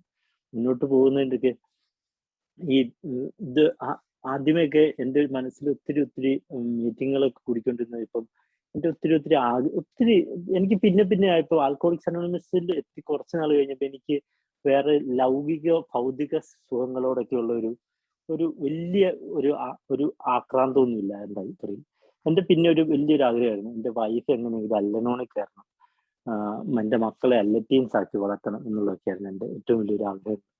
ദൈവം അനുഗ്രഹിച്ച് അതും ഇപ്പം ഏകദേശം ഞാൻ ശരിക്കും പറഞ്ഞു കഴിഞ്ഞാൽ അത് ഏകദേശം ഒരു 5-ാം പടിയൊക്കെ ചെയ്ത് 4-ാം പടി തുടങ്ങിയപ്പോൾ തന്നെ വല്ലപ്പോഴൊക്കെ വൈഫൊന്ന് മീറ്റിംഗ് ഒക്കെ അറ്റൻഡ് ചെയ്യാനൊക്കെ തുടങ്ങി. ഇപ്പോ കുറച്ചുകൂടി കുറച്ചുകൂടിയൊക്കെ ഒരു ഇൻട്രസ്റ്റ് ഒക്കെ ആണ് എന്ന് ഞാൻ വിശ്വസിക്കുന്നു. അങ്ങനെയൊക്കെ മുന്നോട്ടൊക്കെ പോവുകയാണ്. ശരിക്കും പറഞ്ഞാൽ എന്നെ ഒത്തിരി ഹെൽപ്പ് ചെയ്തത് അല്ലെങ്കിൽ എന്നെ ഞാനാക്കി തീർത്തത് ആൽക്കഹോളിക്സ് അനോണിമസ് എന്ന ഒരു വ്യക്തിയാണ്. എന്ന് വെച്ചാൽ ഞാനിപ്പോൾ വലിയ ആളായി പോയി എന്നല്ല ഞാൻ പറഞ്ഞത്. പക്ഷെ ഇന്നത്തെ ദിവസം ഞാൻ ജീവനോടെ ഇരിക്കുന്നത് എനിക്ക് ഒരു കാര്യം എനിക്ക് ഉറപ്പുണ്ട്, ആരെങ്കിലും എന്നെ പഠിപ്പിക്കുന്ന രീതിയിലാണ് ആൽക്കഹോളിക്സ് അനോണിമസിന്റെ വിഭാവനം ചെയ്യുന്നത് പഠിപ്പിക്കുന്ന രീതിയിലായിരുന്നെങ്കിൽ രതീഷ് കൂടി പോയി കഴിഞ്ഞ 1 മാസം അതിന് പിന്നെ വിട്ടുപോയാണ്. പക്ഷെ എനിക്ക് അന്ന് ചേർത്ത് തന്നെ കെട്ടിപ്പിടുത്തമുണ്ട്. ആ കെട്ടിപ്പിടുത്തത്തിന്റെ ചൂട് ഇന്നും എൻ്റെ ഹൃദയത്തിൽ ഇന്നുമുണ്ട്. എനിക്കിപ്പോഴും അത് ഫീൽ ചെയ്യാൻ പറ്റുന്നുണ്ട്. പിന്നെ എന്നോട് ആദ്യമായിട്ട് മദ്യാസക്തന്മാരെ പോലെ നല്ല മനുഷ്യനില്ല, നീ ഒരു നല്ല മനുഷ്യനാടാ എന്ന് പറഞ്ഞത് ആൽക്കഹോളിക്സ് അനോണിമസിലെത്തിയപ്പോൾ അതിന്റെ പഴമക്കാരും പുതുമക്കാരുമായിട്ടുള്ള മനുഷ്യരാണ് എന്നോട് പറഞ്ഞത്, നീ ഒരു നല്ല മനുഷ്യനാണുള്ളത്. ചെകുത്താൻ എന്നുള്ള വിളിപ്പേരിൽ നിന്നും നീ ഒരു നല്ല മനുഷ്യൻ, കുടിയനാണെങ്കിൽ അവൻ നല്ല മനുഷ്യനായിരിക്കും എന്നുള്ളത് എനിക്ക് മനസ്സിലാക്കി തന്ന ആൽക്കഹോളിക്സ് അനോണിമസ് ആണ്. ശരിക്കും ഇതൊരു രോഗമാണെന്ന് ആദ്യ സമയത്തൊന്നും പറഞ്ഞപ്പോൾ ഒന്നും ഞാൻ വിശ്വസിച്ചൊന്നുമില്ല. ഞാൻ എന്ന ഫ്രോഡ്, ഞാൻ എന്ന പക്ക ഉടായിപ്പ്, അതൊന്നും വെള്ളം തുടങ്ങാതെയൊന്നും വിശ്വസിച്ചൊന്നുമില്ല. പക്ഷേ 1 വർഷം എത്തുന്നതിന് മുമ്പ് ഒരു ദിവസം ഞാൻ ബോംബെയിൽ വെച്ച് ഒരു ചുമ വന്നു കഴിഞ്ഞപ്പോൾ ഞാനൊരു കപ്പ് സിറപ്പ് മേടിച്ചു കുടിച്ചു. കപ്പ് സിറപ്പ് ഞാൻ ഹോസ്പിറ്റലിലാണ് ജോലി ചെയ്യുന്നത്. ഒരു ഡോക്ടർ എനിക്ക് കപ്പ് സിറപ്പ് എഴുതി തന്നു. അതിൻ്റെ അകത്ത് ആൽക്കഹോൾ കണ്ടന്റ് ഉണ്ടായിരുന്നു. ഉണ്ടായിരുന്നതുകൊണ്ട് ഞാൻ ആ കപ്പ് സിറപ്പ് 5 ml വെച്ച് 3 നേരം കുടിക്കേണ്ട സാധനം ഒരു ദിവസം രാവിലെ 10 മണി തൊട്ട് വൈകുന്നേരം ആകുന്നതിന് മുമ്പ് ആ കപ്പ് സിറപ്പ് തീർക്കാനായിട്ട് എനിക്ക് വീണ്ടും കപ്പ് സിറപ്പ് കുടിക്കണം എന്നൊരാൾക്ക് ഒരു അഭിനിവേശം ഉണ്ടായി. ഞാൻ ആ കുടിച്ചുകൊണ്ടിരുന്ന ഇടയ്ക്ക് വെച്ചിട്ട് ഞാൻ ആ സാധനത്തിൽ ഒന്ന് തിരിച്ചു നോക്കി കഴിഞ്ഞപ്പോൾ അതിൻ്റെ അകത്ത് ആൽക്കഹോളിന്റെ കണ്ടന്റ് ഉണ്ടായി. അപ്പോൾ എൻ്റെ കൈ വിറയ്ക്കുന്നുണ്ടായിരുന്നു. ദൈവം അനുഗ്രഹിച്ച് അന്നേരം തന്നെ ഒരു പഴമക്കാരന് എനിക്ക് വിളിക്കാൻ തോന്നി. ആ വിളിക്കാൻ തോന്നിയപ്പോൾ എന്നോട് പറഞ്ഞു, അതങ്ങ് കമത്തിക്കളയുന്നതിന് കുഴപ്പമുണ്ടെന്ന് ചോദിച്ചു. ഞാൻ പറഞ്ഞു കമത്തിക്കളഞ്ഞേക്കാം, കാരണം ഓൾറെഡി കൈ വിറയ്ക്കാൻ തുടങ്ങിയിരുന്നുണ്ട്. അത് കമത്തിക്കളഞ്ഞ് പിന്നീട് ഞാൻ ആൽക്കഹോൾ ഫ്രീ ആയിട്ടുള്ള കപ്പ് സിറപ്പ് മേടിച്ചു കുടിച്ചാണ് എൻ്റെ ചുമ മാറ്റിയത്. ശരിക്കും എൻ്റെ കൈവിറയെ കുറിച്ചൊക്കെ പറഞ്ഞു കഴിഞ്ഞാൽ ആരും വിശ്വസിക്കുമെന്നൊന്നും എനിക്കറിയില്ല. അത്രയ്ക്ക് കൈവിറച്ച് നടന്നൊരു വ്യക്തിയാണ്. കൈവിറച്ച് നടന്നതെന്ന് പറഞ്ഞാൽ എന്നാ പറയുന്നേ, ഈ ഒരു സിനിമയിൽ പാവാട എന്ന് പറഞ്ഞ സിനിമയിലകത്ത് ഈ ഒരു കൈ കെട്ടി മറ്റേ കൈ കൊണ്ട് എടുത്തു കുടിക്കുന്ന ഒരു അവസ്ഥ, അതൊക്കെ നിങ്ങളൊക്കെ കണ്ടു കഴിഞ്ഞപ്പോൾ ചിരിച്ചു കാണുമായിരിക്കും. പക്ഷെ എനിക്ക് അതും പോരാഞ്ഞിട്ട് ഞാൻ എൻ്റെ ശരീരം ഒരു ജാതി മരത്തെ ചാരി വെച്ചിട്ട് കൈയും കൂടെ അത്ര ചാരി വെച്ചിട്ട് ഞാൻ മദ്യം കുടിച്ച അവസ്ഥയുണ്ട്. ജീവൻ നിലനിർത്താൻ വേണ്ടിയിട്ട് കുടിക്കുക എന്നുള്ള രീതിയിൽ കുടിച്ചിട്ടുണ്ട്. അത് എനിക്ക് അന്നൊക്കെ ഞാൻ ഓർത്തുകൊണ്ടിരുന്നു, ഇത് കുടിച്ചില്ലെങ്കിൽ ഞാൻ മരിച്ചു പോകുമെന്ന് പേടിച്ചിട്ട് മദ്യം കുടിച്ചിട്ടുണ്ട്. കുടിച്ചു കഴിഞ്ഞ് 2 എണ്ണം അങ്ങ് ചെന്ന് കഴിഞ്ഞ് വീട്ടിൽ പോയി ചോറുണ്ണണം, പല്ല് തേക്കണം, കുളിക്കണം, ഇതൊക്കെയായിരുന്നു എൻ്റെ ആഗ്രഹം. പക്ഷെ 2 എണ്ണം ചെന്ന് കഴിഞ്ഞാൽ പിന്നെ അവറുകളാവുന്നു, ചെകുത്താനായി മാറുന്നു. എൻ്റെ അമ്മ മദ്യത്തെക്കുറിച്ച് അന്ന് തൊട്ടും ഇന്ന് വരെയും പറയുന്ന ഒരേ ഒരു വാക്കാണ് ചെകുത്താന്റെ മൂത്രം. അത് 2 എണ്ണം ചെന്ന് കഴിഞ്ഞാൽ പിന്നെ എനിക്ക് നിയന്ത്രിക്കാൻ പറ്റുന്നില്ല. അതുകൊണ്ട് ആ മീറ്റിങ്ങുകളിൽ കൂടി നടന്നപ്പോൾ തന്നെ ആ കപ്പ് സിറപ്പ് കുടിക്കാൻ തോന്നിയപ്പോൾ എനിക്ക് മനസ്സിലായി ഇതൊരു ഫിസിക്കൽ അലർജിയാണ്. എൻ്റെ ബ്രെയിൻ ഇനി ഇത് ഒരിക്കലും പറ്റില്ല എന്നുള്ള ഒരു വേർതിരിച്ചറിയാനുള്ള വിവേകം എനിക്ക് എങ്ങനെയോ ദൈവം അന്ന് സാധിച്ചു തന്നു. പക്ഷെ ഞാൻ ഒരിക്കലും പറയുന്നില്ല ഇനി ഒരിക്കലും ഞാൻ കുടിക്കില്ല എന്നോ, അല്ലെങ്കിൽ ഞാൻ കുടി നിർത്തിയെന്നോ ഞാൻ പറയാൻ അല്ല. കാരണം ഞാൻ യോഗ്യനല്ല ഒന്നാമത്. കാരണം എൻ്റെ രോഗാവസ്ഥ അത്രയ്ക്കും പരിതാപകരമായ ഒരു രോഗാവസ്ഥയുള്ള ഒരു വ്യക്തിയാണ് ഞാൻ. കാരണം ഇതിലേക്ക് എന്നെ എത്തിക്കാൻ വേണ്ടിയിട്ട് എന്തെല്ലാം സൂത്രശാലിയും ചിന്താക്കുഴപ്പവും ഉണ്ടാക്കുന്നവനും ശക്തനമായ മദ്യം എന്നെ അതിലേക്ക് എത്തിക്കാൻ വേണ്ടി പല പല വഴികളിൽ കൂടി എത്തും. ചിലപ്പോൾ 12-ാം പടി തന്നെ ചെയ്യാൻ പോകുന്നപ്പോൾ പോലും പഴമക്കാർ പറയാറുണ്ട്, ഒരിക്കലും തന്നെ പോകരുത്. അത് അവിടെയും ഒരു സൂത്രശാലിയും, അവിടെ അവന്റെ മുന്നിലിരിക്കുന്ന, അവന്റെ ഉള്ളിൽ കിടക്കുന്ന സൂത്രശാലിയും ചിന്താക്കുഴപ്പവും ഉണ്ടാക്കുന്നവനും ശക്തനുമായ മദ്യമാണ്. അപ്പോൾ നമ്മൾ അവിടെ ചെയ്യുമ്പോൾ പോലും പേടിക്കേണ്ടിയിരിക്കുന്നു. അതുകൊണ്ടാണ് പഴമക്കാർ പറയുന്നത് തനിയെ പോകരുതെന്ന് പോലും. ശരിക്കും ഇത് എല്ലാം പറയുന്നത് ചില പോയിന്റുകൾ മാത്രം, നല്ലത് മാത്രം എടുത്താൽ മതി, നല്ലത് മാത്രം നീ എടുത്തിട്ട് ബാക്കി കളഞ്ഞേക്കാനാണ് പഴമക്കാർ പറയുന്നത്. ഒരിക്കലും പറയുന്നില്ല നീ വന്നതിന് 10 മാസത്തിനുള്ളിൽ, അല്ലെ 10 ദിവസത്തിനുള്ളിൽ, അല്ലെ 10 മണിക്കൂറിനുള്ളിൽ, അല്ലെങ്കിൽ 1 വർഷത്തിനുള്ളിൽ ഒരു കാര്യവും ചെയ്യണമെന്ന് ഒരിക്കലും നിഷ്കർഷമായിട്ടൊന്നും പറയുന്നില്ല. ജസ്റ്റ് നിർദ്ദേശിക്കുന്ന മാത്രമുള്ളൂ. അഹങ്കാരത്തിന്റെ കൊടിമുടിയിൽ കയറി നിന്ന എന്നെ പോലെയൊക്കെ ഒരു മദ്യാസക്തന് നന്നാവാൻ പറ്റുമെങ്കിൽ, നന്നാവാനല്ല, കുടിയിൽ നിന്ന് മാറി നിൽക്കാൻ സാധിക്കുന്നുണ്ട് എങ്കിൽ അതിന്റെ എന്നാ പറയുന്നത്, അതിന്റെ മുഴുവൻ ക്രെഡിറ്റ് പോകുന്നത് ഈ ആൽക്കഹോളിക്സ് അനോണിമസ് എന്ന കൂട്ടായ്മയ്ക്ക് തന്നെയാണ്. ഞാൻ പലപ്പോഴും കൂട്ടുകാരോട് പലരോടും പറഞ്ഞിട്ടൊക്കെ ഉണ്ട്, എനിക്ക് നിർത്താൻ പറ്റും. കാരണം ബെഡേൽ കിടന്നിട്ട് ഞാൻ അപ്പുറവും ഇപ്പുറവും അളന്നു നോക്കുമായിരുന്നു.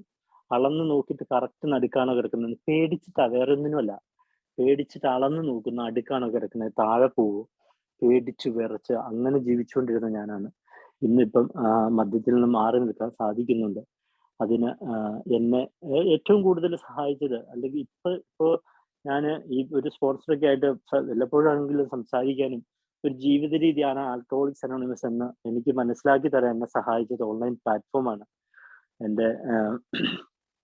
എൻ്റെ ഈ മിഡ്നൈറ്റ് സ്റ്റാർ ഗ്രൂപ്പ് എന്ന ഈ ഗ്രൂപ്പിന് ഞാൻ ഒത്തിരി കടപ്പെട്ടിരിക്കുന്നത്, നന്ദിയുള്ളവനാണ്. കാരണം എന്താ പറയുന്നത്, എന്താണെന്നൊന്നും എനിക്കറിയത്തില്ല, എൻ്റെ ജീവിതത്തിന്റെ ഒരു ഭാഗമാണ്.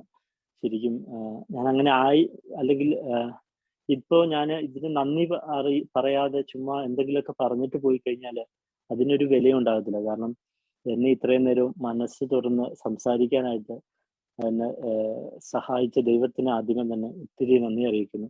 അതോടൊപ്പം എന്നെ കേട്ടിരുന്ന നിങ്ങൾ ഓരോരുത്തർക്കും വളരെ വളരെ വളരെ നന്ദി അറിയിക്കുകയാണ്. കാരണം ഇത് ഇന്നിപ്പോ ഞാൻ ആയിരിക്കുന്ന, ജീവനോടെ ഇരിക്കുന്നത് മുതൽ ഇന്ന് ഞാൻ ആയിരിക്കുന്ന എല്ലാ അവസ്ഥയ്ക്കും കാരണം ഞാൻ വിശ്വസിക്കുന്ന ദൈവവും ഞാൻ വിശ്വസിക്കുന്ന ഈ കൂട്ടായ്മയും ഇതിൻ്റെ അകത്തെ ഓരോ അംഗങ്ങളുമാണ്. പഴമക്കാരെന്നോ പുതുമക്കാരെന്നോ ഇല്ല. എനിക്ക് തോന്നുന്ന ഏറ്റവും വലിയ ഞാൻ ഏറ്റവും കൂടുതൽ ഇഷ്ടപ്പെടുന്ന ഒരു കാര്യം, ഈ പുതുമക്കാര് ആദ്യ ദിവസങ്ങളിൽ വരുന്നവർക്ക് കൊടുക്കുന്ന VIP വെരി ഇമ്പോർട്ടൻറ്റ് പേഴ്സൺ അവർക്ക് കൊടുക്കുന്ന ഒരു ട്രീറ്റ് ഉണ്ട്. ആ ആദ്യ ദിവസങ്ങളിൽ എനിക്ക് കിട്ടിയ ട്രീറ്റാണ് ഇന്ന ദിവസവും എന്നെ മദ്യത്തിൽ നിന്ന് മാറി നിൽക്കാനായിട്ട് സാധിക്കുന്നത്. എന്നെ ശ്രമിച്ച എല്ലാവർക്കും ഒത്തിരി നന്ദി അറിയിച്ചുകൊണ്ട് നിർത്തുകയാണ്. എന്തെങ്കിലും തെറ്റുകുറ്റങ്ങൾ ഉണ്ടായെങ്കിൽ സാദരം ക്ഷമിക്കണമെന്ന് വിനീതമായിട്ട് അഭ്യർത്ഥിക്കുന്നു. Thank you all. Thank you Ratheesh ചേട്ടാ. ഇത്രയും നേരം